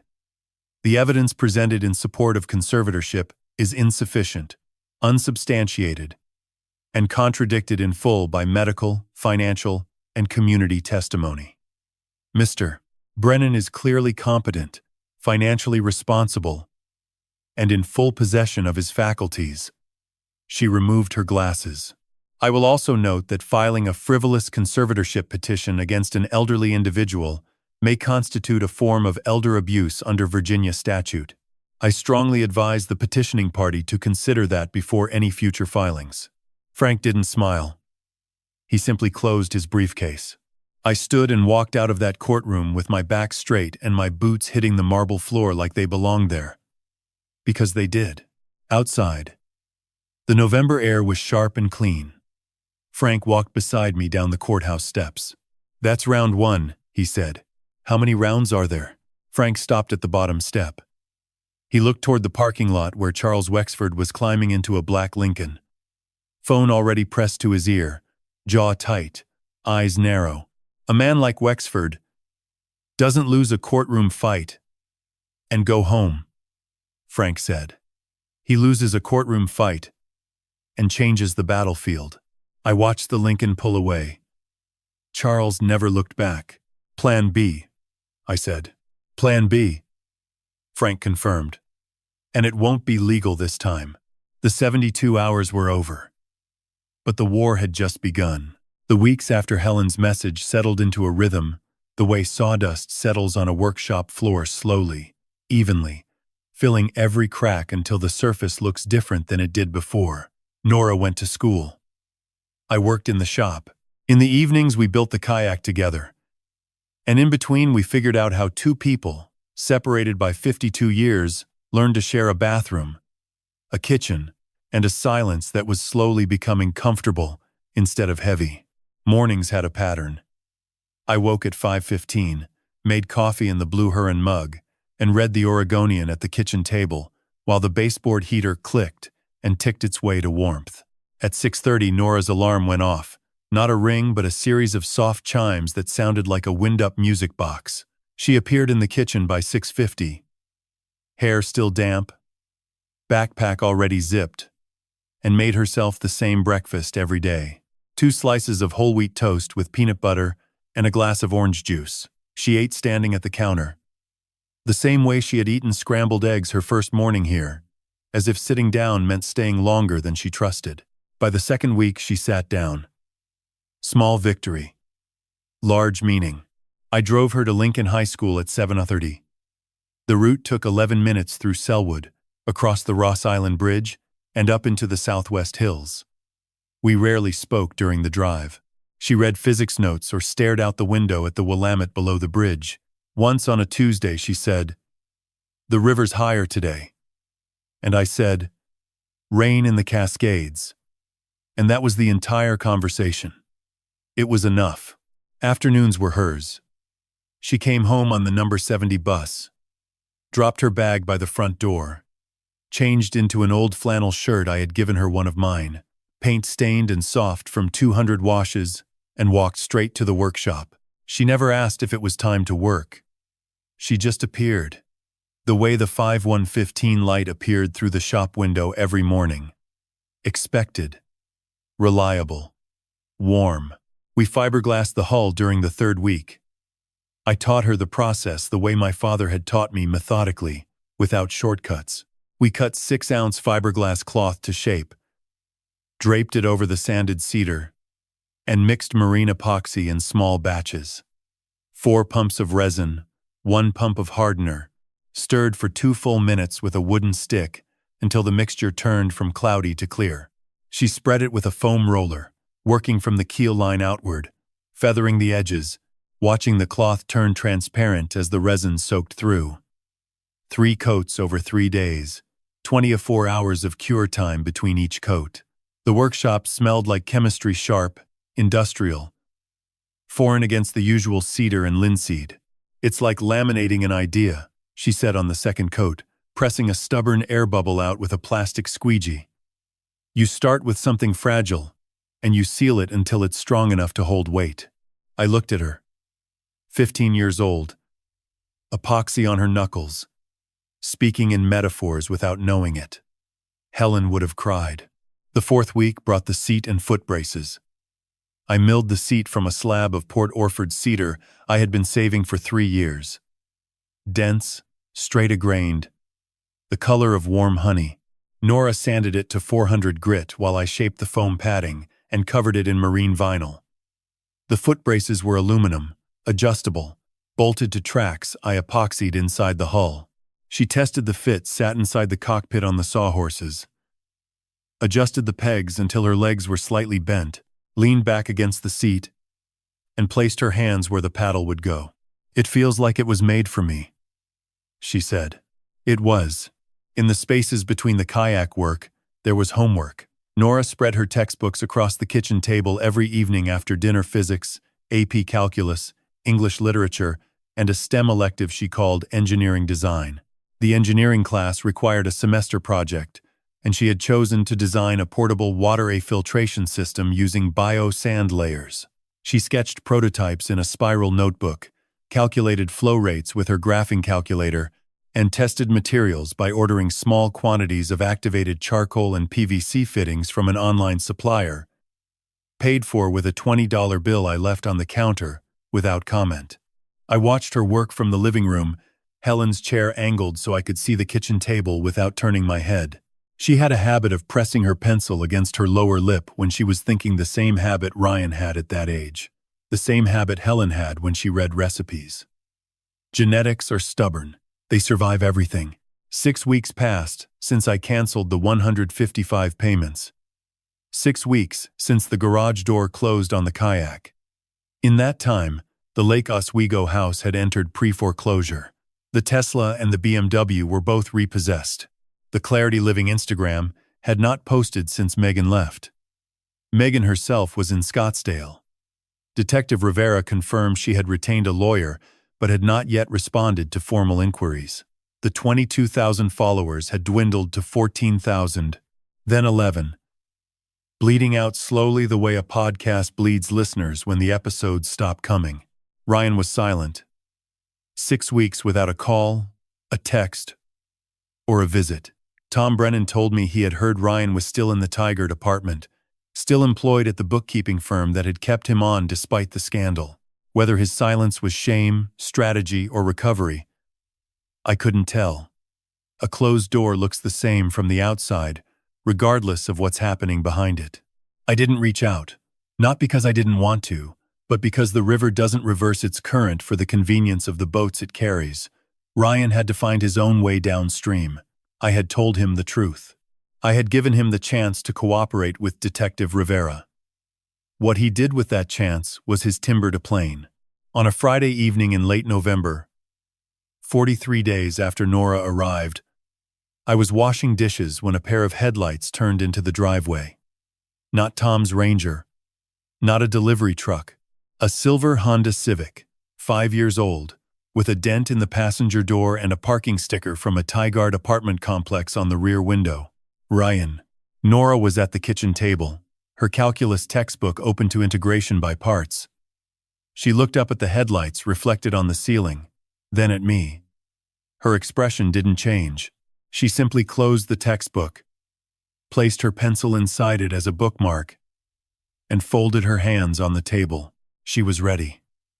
Whether Ryan was ready for her, for the girl who had packed her life into 2 suitcases because the woman he had married couldn't be bothered to leave a note, was another question entirely.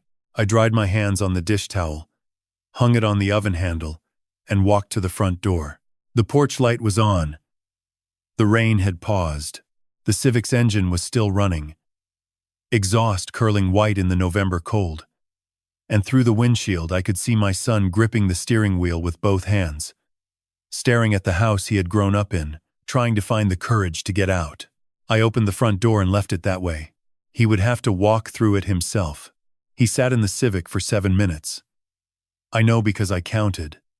Not on a watch, I don't wear one anymore, but by the rhythm of the kitchen faucet dripping into a pot I had left in the sink. 1 drip per 4 seconds. 105 drips. 7 minutes of a 40-year-old man sitting in a dented Honda in his father's driveway, rehearsing whatever he had come to say. When he finally stepped out, he was carrying 2 things: a manila folder and a brown paper bag. He walked up the porch steps slowly, each one creaking under a weight that had nothing to do with his body. He stopped at the open door and looked at me the way a carpenter looks at a joint he knows he cut wrong. Aware of the gap, unsure how to fix it. "Dad." "Ryan." He glanced past me into the hallway. I knew he was looking for Nora. She was still at the kitchen table, textbook closed, hands folded, waiting with the kind of patience that no 15-year-old should have to learn. "Can I come in?" I stepped aside. He entered the house he'd grown up in, his shoes leaving wet prints on the hardwood, the same hardwood I had. Refinished the summer he turned 10, the 2 of us on our knees with rented sanders, Helen bringing us lemonade at noon. He stood in the living room and looked around as if seeing it for the first time.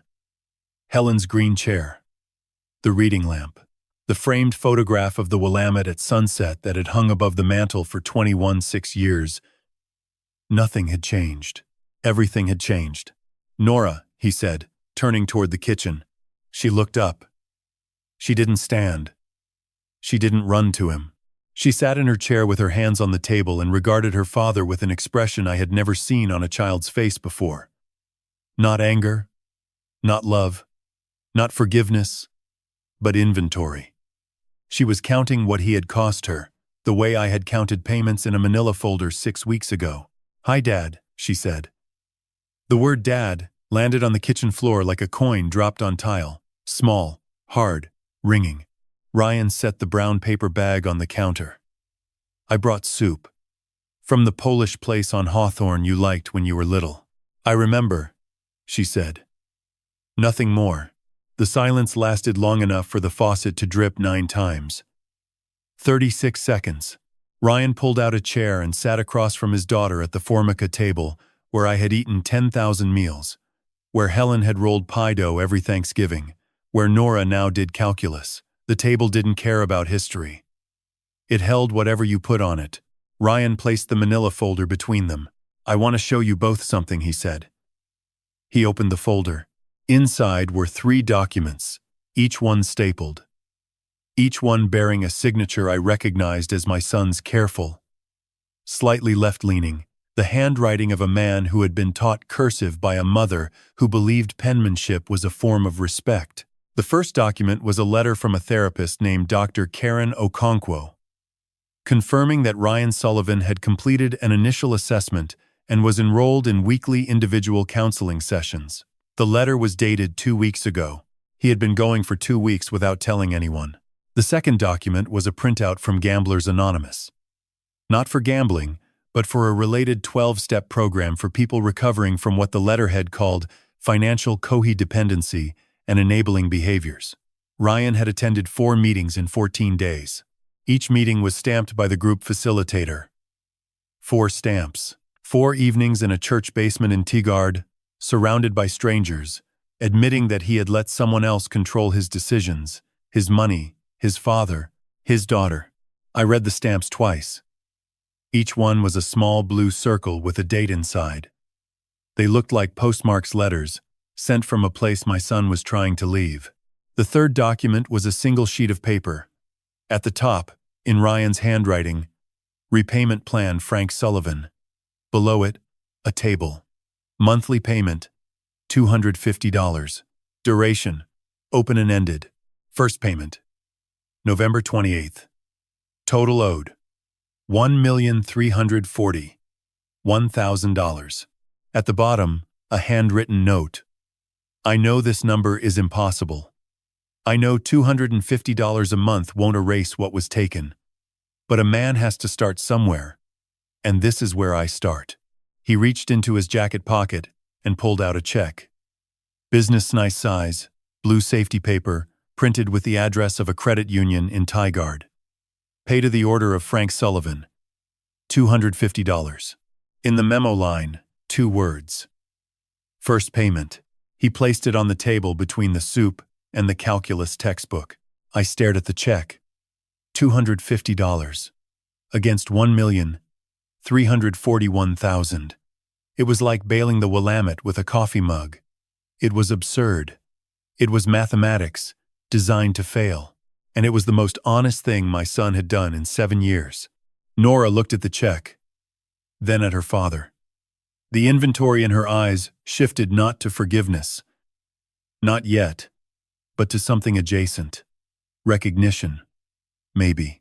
The recognition that a person who writes a check he knows will never balance the debt is a person who has stopped pretending the debt doesn't exist. $250 a month, she said quietly. That's 447 years. I know, Ryan said. You'll be 487 years old. I know. The corner of her mouth moved. Not a smile. A tremor. The first vibration of something that might, over time, become humor again, the dark, absurd, necessary humor that families use to survive what logic cannot solve. Ryan looked at me. I looked at the check.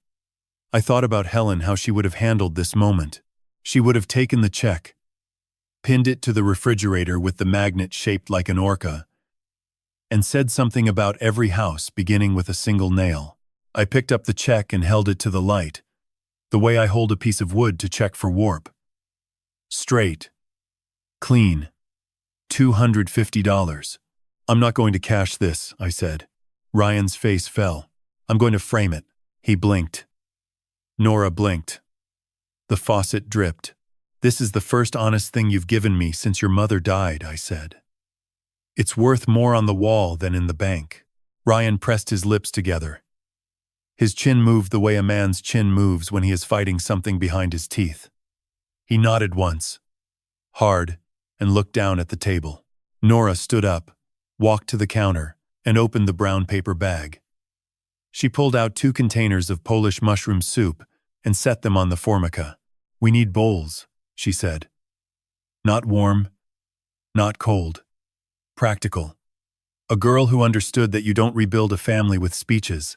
You rebuild it with soup and a table and the decision to sit down together even when sitting down still hurts.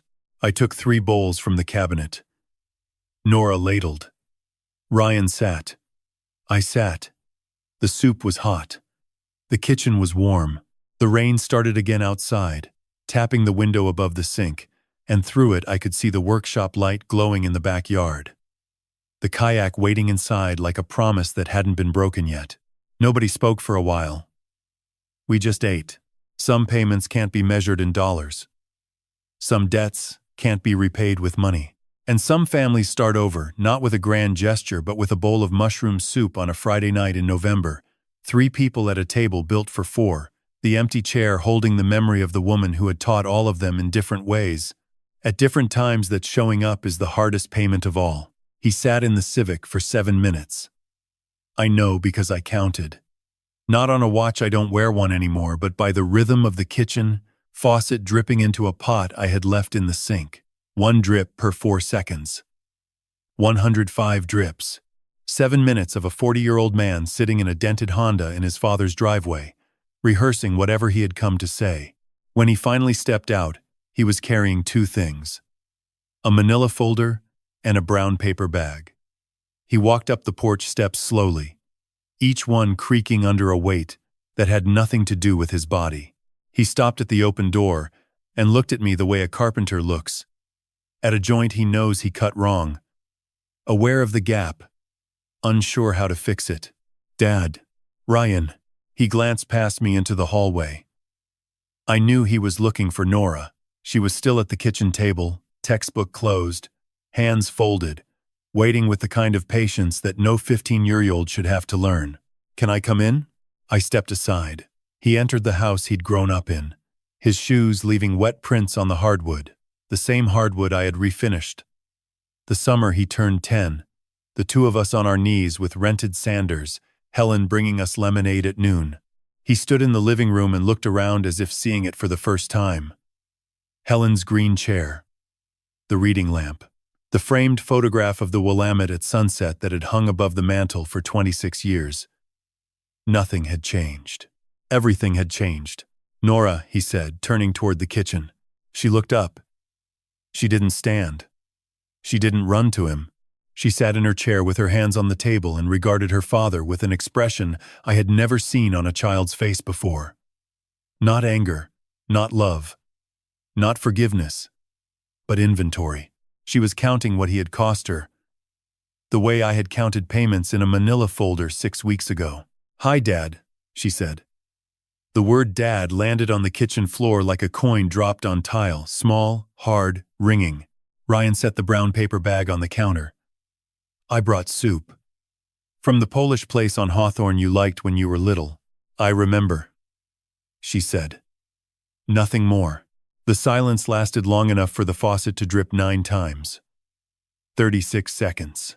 Ryan pulled out a chair and sat across from his daughter at the Formica table where I had eaten 10,000 meals, where Helen had rolled pie dough every Thanksgiving, where Nora now did calculus. The table didn't care about history. It held whatever you put on it. Ryan placed the manila folder between them. "I want to show you both something," he said.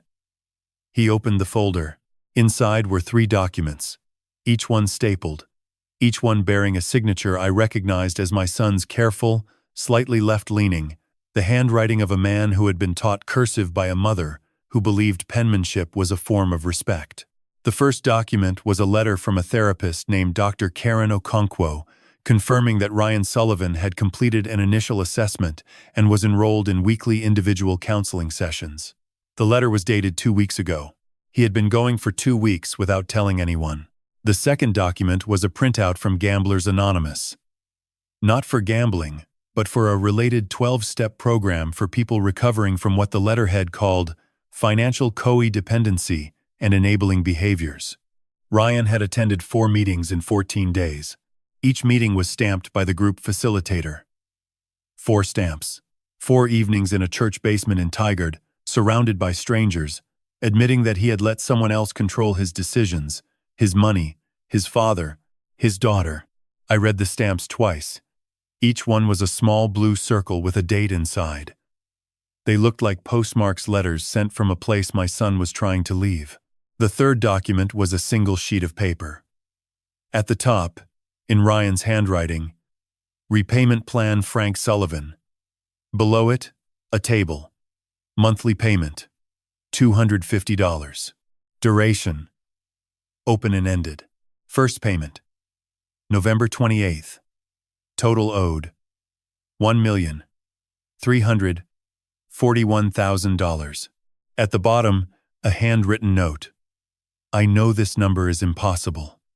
I know $250 a month won't erase what was taken. But a man has to start somewhere, and this is where I start. He reached into his jacket pocket and pulled out a check. Business NUS size, blue safety paper, printed with the address of a credit union in Tigard.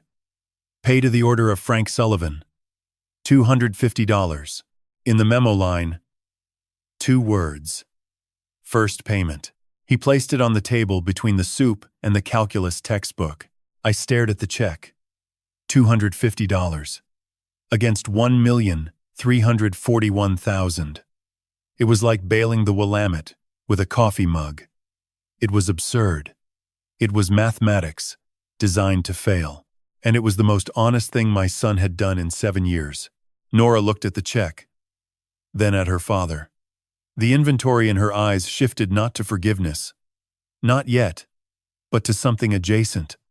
Recognition, maybe. The recognition that a person who writes a check he knows will never balance the debt is a person who has stopped pretending the debt doesn't exist. $250 a month, she said quietly. That's 447 years. I know, Ryan said. You'll be 487 years old. I know. The corner of her mouth moved. Not a smile. A tremor. The first vibration of something that might, over time, become humor again, the dark, absurd, necessary humor that families use to survive what logic cannot solve. Ryan looked at me.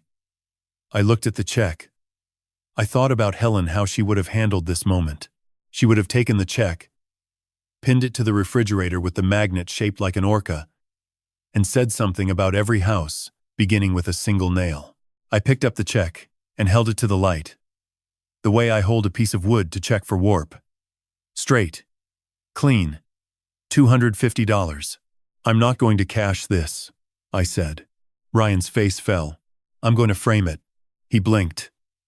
Nora blinked. The faucet dripped. This is the first honest thing you've given me since your mother died, I said. It's worth more on the wall than in the bank. Ryan pressed his lips together. His chin moved the way a man's chin moves when he is fighting something behind his teeth.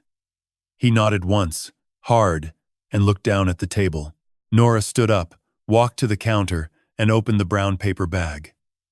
She pulled out 2 containers of Polish mushroom soup and set them on the formica. We need bowls, she said. Not warm, not cold. Practical.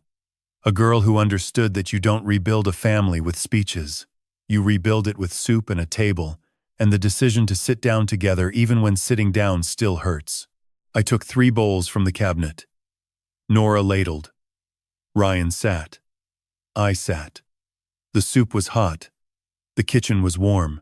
The rain started again outside, tapping the window above the sink, and through it I could see the workshop light glowing in the backyard. The kayak waiting inside, like a promise that hadn't been broken yet. Nobody spoke for a while. We just ate. Some payments can't be measured in dollars. Some debts can't be repaid with money. And some families start over not with a grand gesture, but with a bowl of mushroom soup on a Friday night in November, 3 people at a table built for 4, the empty chair holding the memory of the woman who had taught all of them in different ways, at different times, that showing up is the hardest payment of all. December in Portland is not white. It is gray, and green, and wet. The kind of winter that doesn't announce itself with snow but with a permanent mist that clings to your jacket and beads on your eyelashes and makes every streetlight look like it's wrapped in gauze. Helen used to say Portland doesn't have winter. It has a long, damp apology between autumn and spring. I set the Christmas budget at $180. Not because I couldn't afford more, the account still held $58,000, but because $180 was what Helen and I had spent every Christmas for the last decade of her life. Tradition is the scaffolding you don't take down. Nora and I drove to the Portland Saturday market on the first weekend of December. The market runs under the Burnside Bridge, white tent stalls selling handmade jewelry, pottery, leather goods, candles, and food that smells better than it should at 9 in the morning. The Willamette was visible from the east edge, gray and flat, moving south with the patience of something that has never been in a hurry. I gave Nora $60, and told her to find something for herself and something for her father. She folded the 320s into her jacket pocket and disappeared into the crowd. I walked the aisles alone. Buckwheat honey for Tom Brennan, $12. A ceramic vase for Helen's grave, $18. Glazed in a blue-green that matched the river in summer. A wool scarf for Janet Reeves, $22. Charcoal gray, made by a woman from the Warm Springs Reservation who said the pattern was called River Current. I didn't tell her why that mattered. I found Nora at a woodworking stall near the south end. She was holding a number 61/2 low-angle block plane, turning it over with the careful attention of someone who knows what the tool does. The vendor watched her with the surprised expression of a man who doesn't often see a 15-year-old girl check a blade angle. "She yours?" he asked. "My granddaughter. She's got good hands." I looked at her hands around the plane. Helen's fingers. Ryan's grip. My calluses in training. 3 generations holding a tool unchanged in 200 years. She put the plane back and bought a handy-carved Douglas fir bookmark, $8, and a small leather-bound journal with unlined pages, $14. She didn't say who they were for. On the drive home, somewhere near the Ross Island Bridge, she said, "Mom never took me to places like this." She didn't say Megan. She said Mom, and she said it with the flat precision of someone recording a fact in a lab notebook. The woman who sold 22,000 strangers a course on authentic living had never handed her stepdaughter $60 and said, "Find something that makes you happy." The irony drove itself. On December 23rd, I walked to the Safeway on Tacoma Street and bought what Helen would have bought. A 4-pound chicken, Yukon Gold potatoes, green beans, a yellow onion, garlic, a lemon, butter, and sparkling cedar, $31.47. I seasoned the chicken Helen's way. Salt, pepper, paprika, lemon halves in the cavity, garlic under the skin, butter rubbed over the breast. By 4 o'clock, the kitchen smelled like roasting bird, a smell that time travels faster than any machine, one breath. And I was 30-80. Ryan was 12. And Helen was standing where I stood now, wiping her hands on the striped dish towel that still hangs from the oven handle. Nora set the table.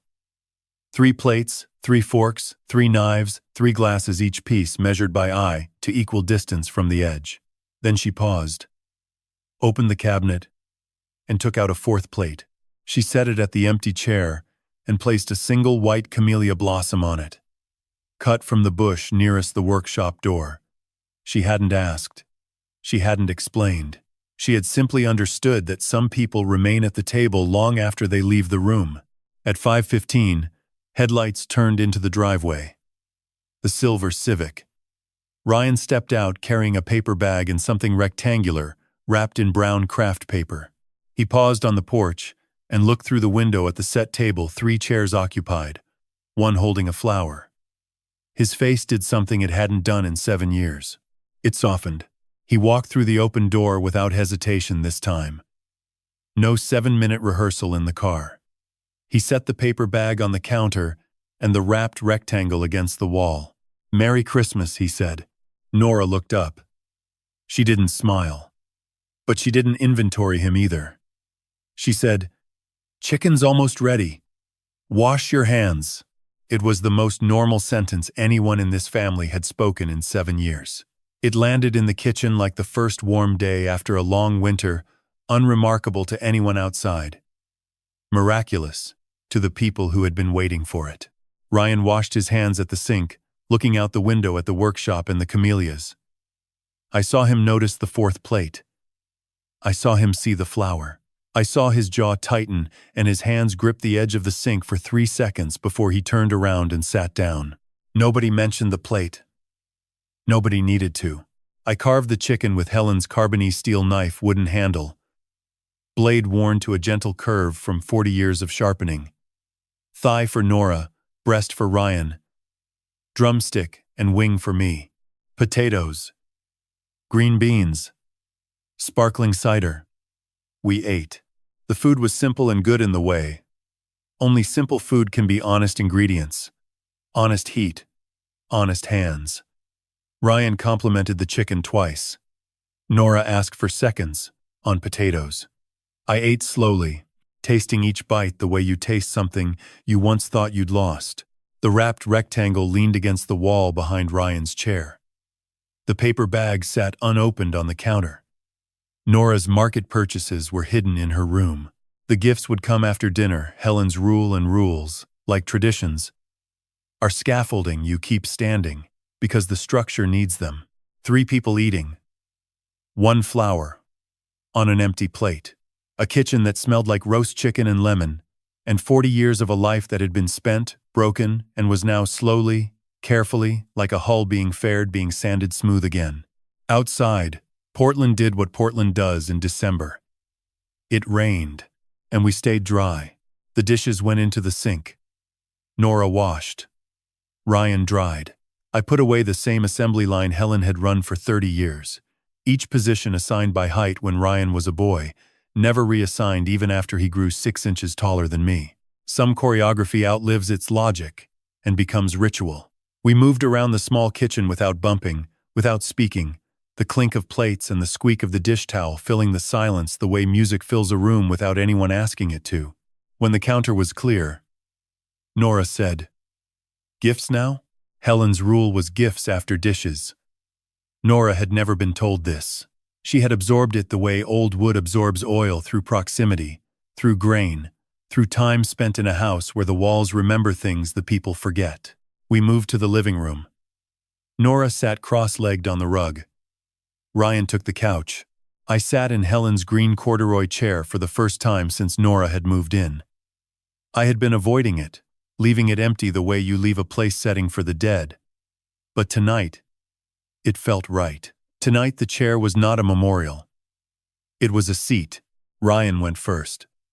He reached for the wrapped rectangle leaning against the wall and handed it to me. The craft paper was taped carefully. Not the wrapping of a man who had ripped through gift wrap his whole life, but the wrapping of someone who had taken his time, who had measured and folded and pressed each crease with intention.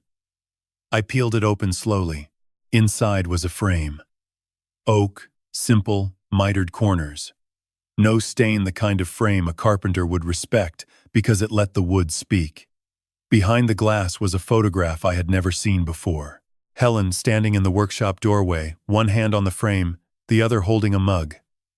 She was laughing, not posing, not smiling for a camera, but laughing, mouth open, eyes closed, head tilted slightly back. The lady afternoon light, catching the silver in her hair. Behind her, barely visible on the workbench, was the kayak mold, the earliest stage of the boat I would spend 18 months building. "Where did you get this?" My voice came out rougher than I intended. "I took it," Ryan said. 6 years ago. I came by to pick up Nora after a weekend visit. You were inside making lunch.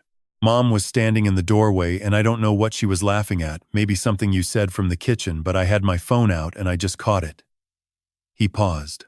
"I've had it on my phone this whole time. I printed it at the drugstore last week and made the frame in the apartment. Borrowed tools from a neighbor." I looked at the frame again. The miters were tight. The sanding was clean. Not perfect.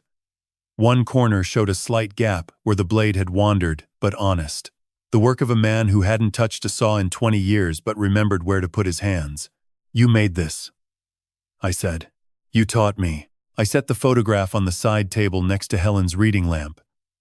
She was laughing in the doorway of the workshop where, 6 years later, her granddaughter would find her handwriting inside an unfinished kayak. Some photographs don't capture a moment. They predict a future. Ryan reached for the paper bag on the counter, the one he had carried in earlier. Inside was a book, The Woodwright's Shop by Roy Underhill. A classic hand-tool woodworking text I had mentioned wanting 20 years ago, in a conversation I was certain no one remembered. "You said you wanted this the year I graduated high school," Ryan said.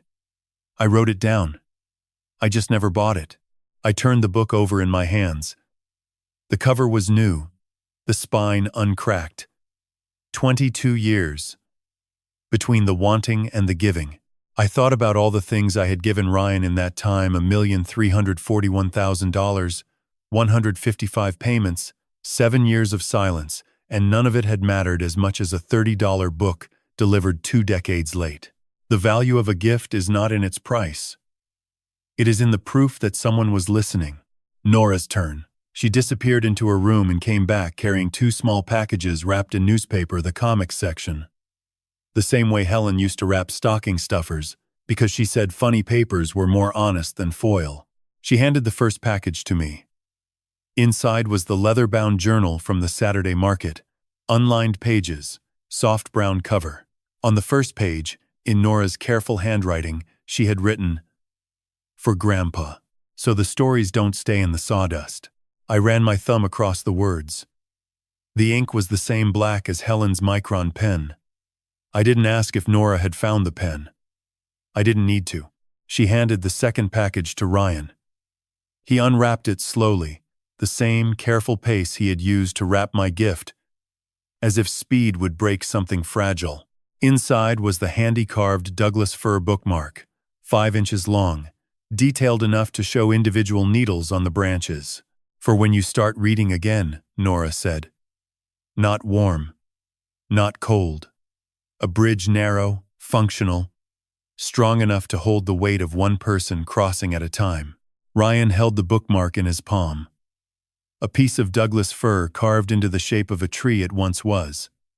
$8 at a Saturday market, priceless in a living room where a father, a son, and a granddaughter were sitting together for the first time in 7 years. "Thank you," he said. His voice was steady.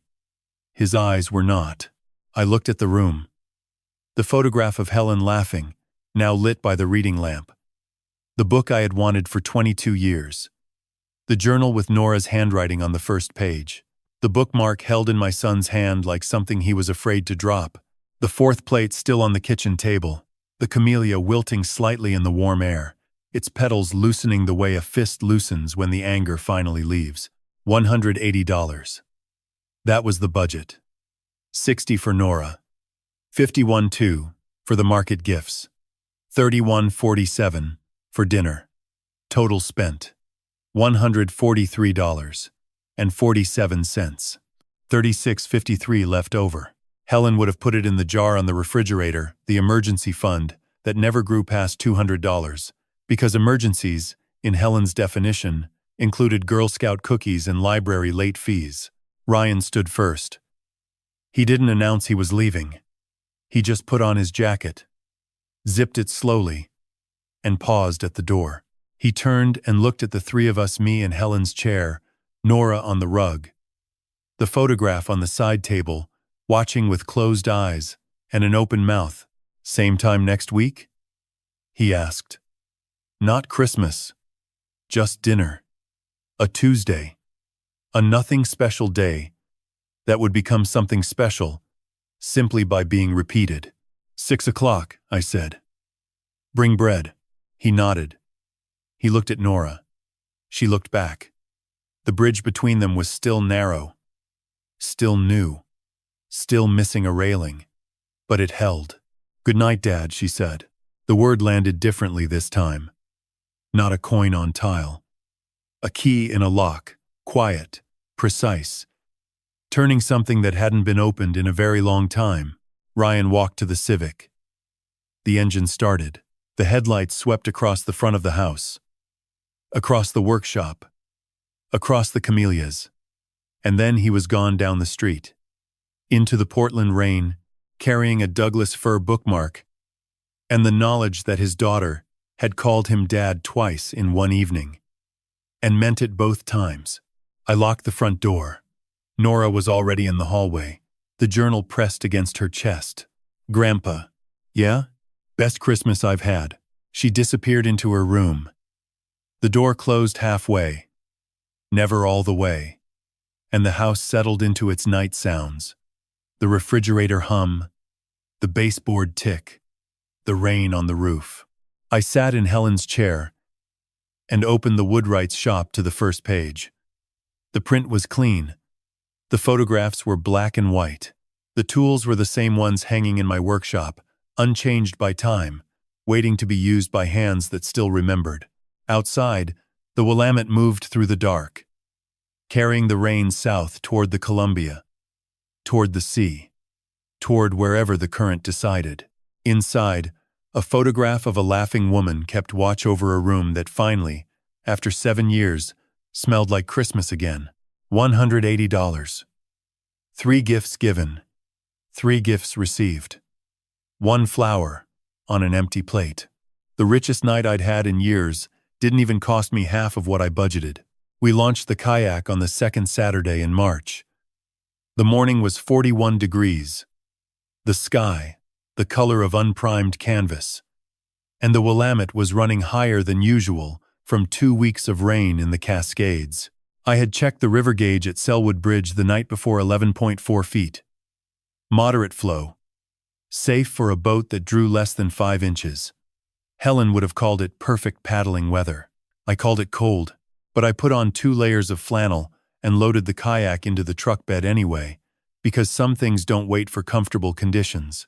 Nora had finished the final sanding 2 days earlier, the combing, the last surface to be faired, polished to 600 grit until it was smooth enough to run a silk cloth across without catching. She had applied the last coat of marine varnish herself, 3 even passes with a badger hair brush. No drips, no holidays, no missed spots. When the varnish cured and I hung a trouble light above the hull, the cedar glowed the color of dark honey, every strip visible beneath the surface, like veins in a leaf held to the sun. The boat weighed 41.2 pounds. Light enough for Nora to carry from the truck to the water on her own, which she insisted on doing. She hoisted it onto her shoulder the way I had taught her cockpit, against the hip, one hand on the combing. Walk with your knees, and carried it down the gravel path to the Selwood Riverfront Park boat ramp. Her sneakers crunched on wet stone. The hull caught the gray light and threw it back in a long amber stripe that moved with her body like a second shadow. Ryan was already there. He had driven from Tigard in the Civic, arriving 20 minutes early. Standing at the water's edge with 2 thermoses of coffee and a paper bag from the Polish bakery on hawthorn poppy seed rolls, still warm. He wore a jacket I recognized. Olive canvas, brass buttons, the one Helen had bought him for his 30th birthday.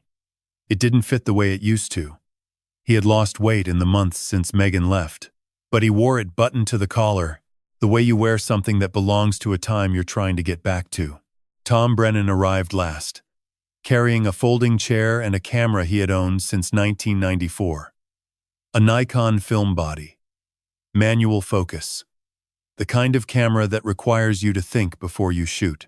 He set the chair on the bank, opened it with the practiced efficiency of a man who has watched many things from a seated position, and loaded a roll of Kodak Trio X. "Somebody should remember this, right?" he said. Nora lowered the kayak onto the water. The hull touched the Willamette, and the river accepted it without complaint. A soft hiss, a slight rocking, then stillness. The cedar sat on the surface, the way cedar was meant to sit on water. Low, steady, patient. 23 strips of wood, 6 coats of varnish, 2 layers of fiberglass, 300 hours of labor spread across 2 years and 2 sets of hands. Helen had started it. In a way, her drafting table became the mold. Her words lived inside the stern. Her granddaughter would paddle it. I held the bow line while Nora stepped in. She lowered herself into the cockpit, adjusted the foot pegs, the ones I had custom fitted to her 20 9-inch seat height and 30 1-inch leg length, and settled the paddle across the combing. Double blade, carbon shaft. The one piece of gear I had allowed myself to buy new, because a good paddle is the difference between fighting the river and joining it. "Ready?" I asked. She looked up at me from the cockpit. Helen's gray-green eyes in a 15-year-old face, sawdust still under one fingernail, the hood of her rain jacket framing her head like the edge of a portrait. She nodded once. I let go of the line. The current took the bow immediately, a gentle pull. South, toward the Oaks Bottom Bend, toward Cathedral Park, 12 miles downstream, toward the Columbia, and eventually the Pacific, the way every drop of water in this river eventually finds the sea. Nora dipped the left blade. The kayak responded like a living thing, turning slightly, then tracking straight as she found her stroke. Left, right, left, right. The rhythm of a heartbeat translated into forward motion. She was 20 yards out when she stopped paddling and let the current hold her. The kayak drifted, spinning slowly in the eddy behind a submerged piling. She looked back at the three of us on the bank, Ryan with his hands in his jacket pockets, Tom behind the Nikon, me standing ankle-deep in river water I hadn't noticed I'd walked into. She raised the paddle above her head with both hands. Not a wave. A salute. The kind of gesture that doesn't need translation because it comes from a place older than language. A girl in a boat her grandfather built, on a river her grandmother loved, holding a paddle in the air, like a flag planted on a summit. Ryan stepped forward until his shoes touched the waterline. He didn't go in.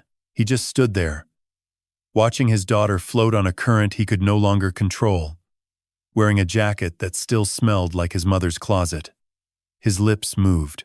I was too far away to hear what he said, but Tom told me later that it was 2 words. She's beautiful. He could have meant the kayak. He could have meant Nora. He could have meant the river or the morning, or the impossible fact that all of us were standing in the same place at the same time, upright, breathing, not yet broken beyond repair. I think he meant all of it.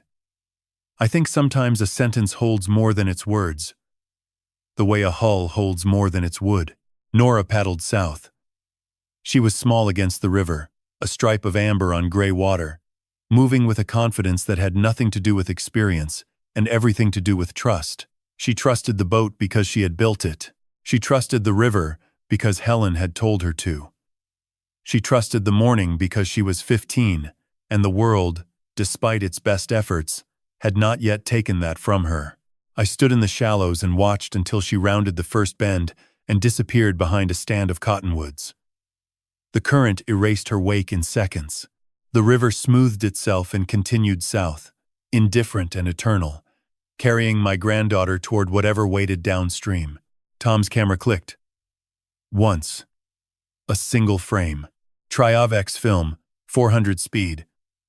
The grain visible in the print he would give me 2 weeks later.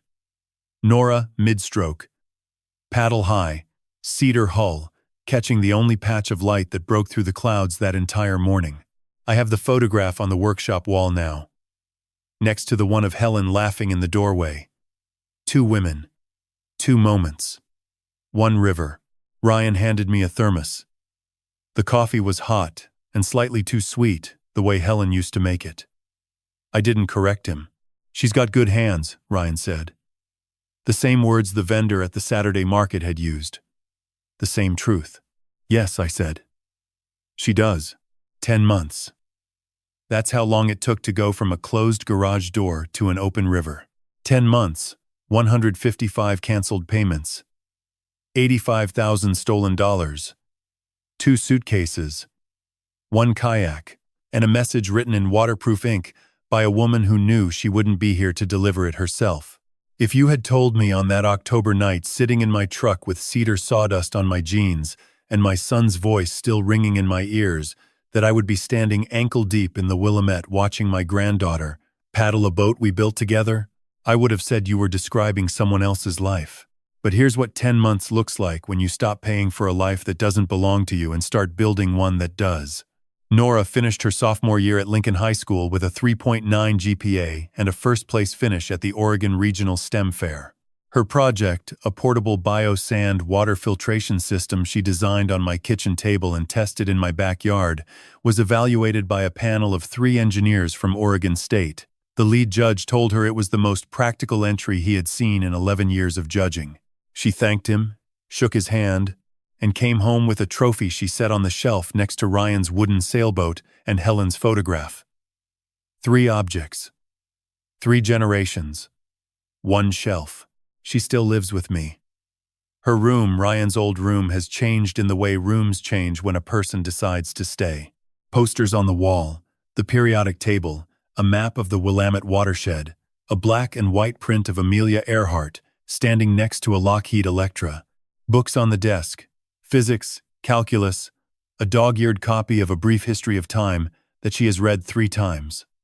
The leather journal I gave her for Christmas is half full. She writes in it every night. I don't ask what. Some doors you leave halfway open and trust what's on the other side. Ryan comes for dinner every Tuesday. 6 o'clock. He brings bread sourdough from a bakery in Tigard that he passes on his way. He has not missed a single Tuesday in 4 months. He works as a bookkeeper now, a small firm in Beaverton, $38,000 a year, a desk by a window, a lunch he packs himself. The distance between $38,000 and the 6-figure CFO salary he once earned is the same distance between pretending and living. He chose living. He sends me a check for $250 on the 1st of every month. I have not cashed a single one. They are pinned to the corkboard in the workshop, 7 checks in a row, each one dated in Ryan's left-leaning cursive, $1,750 against $1,341,000. Nora was right. At this rate, it will take 447 years. But the checks are not about arithmetic. They are about a man standing at the edge of a debt he can never fully repay, and choosing to stand there anyway, month after month, because showing up is the only currency that doesn't depreciate. His therapy continues. Weekly sessions with Dr. Okonkwo. 12-step meetings every other Thursday. He doesn't talk about Megan unless I ask, and I rarely ask. What I know is this. The divorce was finalized in February. Megan signed from Scottsdale. She did not contest custody. She did not request visitation. She returned to her mother's house, and the Clarity Living LLC was dissolved by the state of Oregon in January for failure to file an annual report. 22,000 followers became 11,000, became 4,000, became a dead page with a bio that still reads, "Your peace is not negotiable." The irony writes itself. I don't need to add punctuation. Detective Rivera closed the financial investigation in March. The $85,000 was classified as elder financial abuse. Megan was offered a plea arrangement. Full restitution over 60 months, 2 years of probation, no prison time. I agreed to the terms. Not for her. For Nora. A girl shouldn't have to visit her stepmother in a cell to understand that justice and mercy can share the same sentence. My account balance sits at $58,412. It has not grown because I have not tried to grow it. I pay the mortgage on the Selwood house, the electric bill, the water, the groceries, the gas for a 2009 F-150 with 214,000 miles that still starts on the first turn. I spend what Helen would have spent, and save what Helen would have saved. The emergency jar on the refrigerator holds $162. It has been raided twice, once for Girl Scout cookies when Nora's classmate came to the door, once for a library late fee on A Brief History of Time, returned 4 days overdue because Nora couldn't stop rereading the chapter on black holes. Helen would have approved of both expenditures.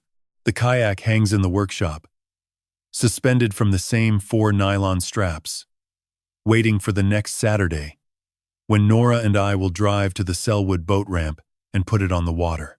We have paddled 6 times since launch day. Twice Ryan joined us, sitting in a rented recreational kayak that tracked like a shopping cart compared to the cedar strip, but he paddled hard and didn't complain. Tom photographed every trip. The prints lined the workshop wall in a row. Nora, mid-stroke, Ryan rounding Oaks Bottom. The 2 of them side by side near Ross Island, and one my favorite of all 3 of us from behind, 3 boats heading south on a river that doesn't care about our mistakes, our money, or our pain, only that we keep moving with the current. Helen's message is still inside the hull. I sealed it with a coat of clear epoxy so the ink will never fade. The river knows the way. Trust the current. Every time I flip the kayak for maintenance, I read it. Every time. It is enough. I am 67 years old. I live in a 900-square-foot house in Selwood, Oregon. I drive a truck older than my granddaughter.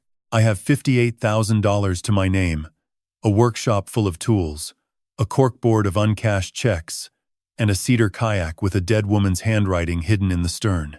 By every metric the world uses to measure a man's worth, I am unremarkable. But my granddaughter sleeps 20 feet from my bedroom. Safe, brilliant, building things with her hands. My son sits at my table every Tuesday, eating bread he brought himself, learning to be a man I can recognize. And somewhere inside a boat that started as a birthday gift and became something closer to a covenant, the woman I loved is still laughing in a doorway, still writing messages she trusts us to find.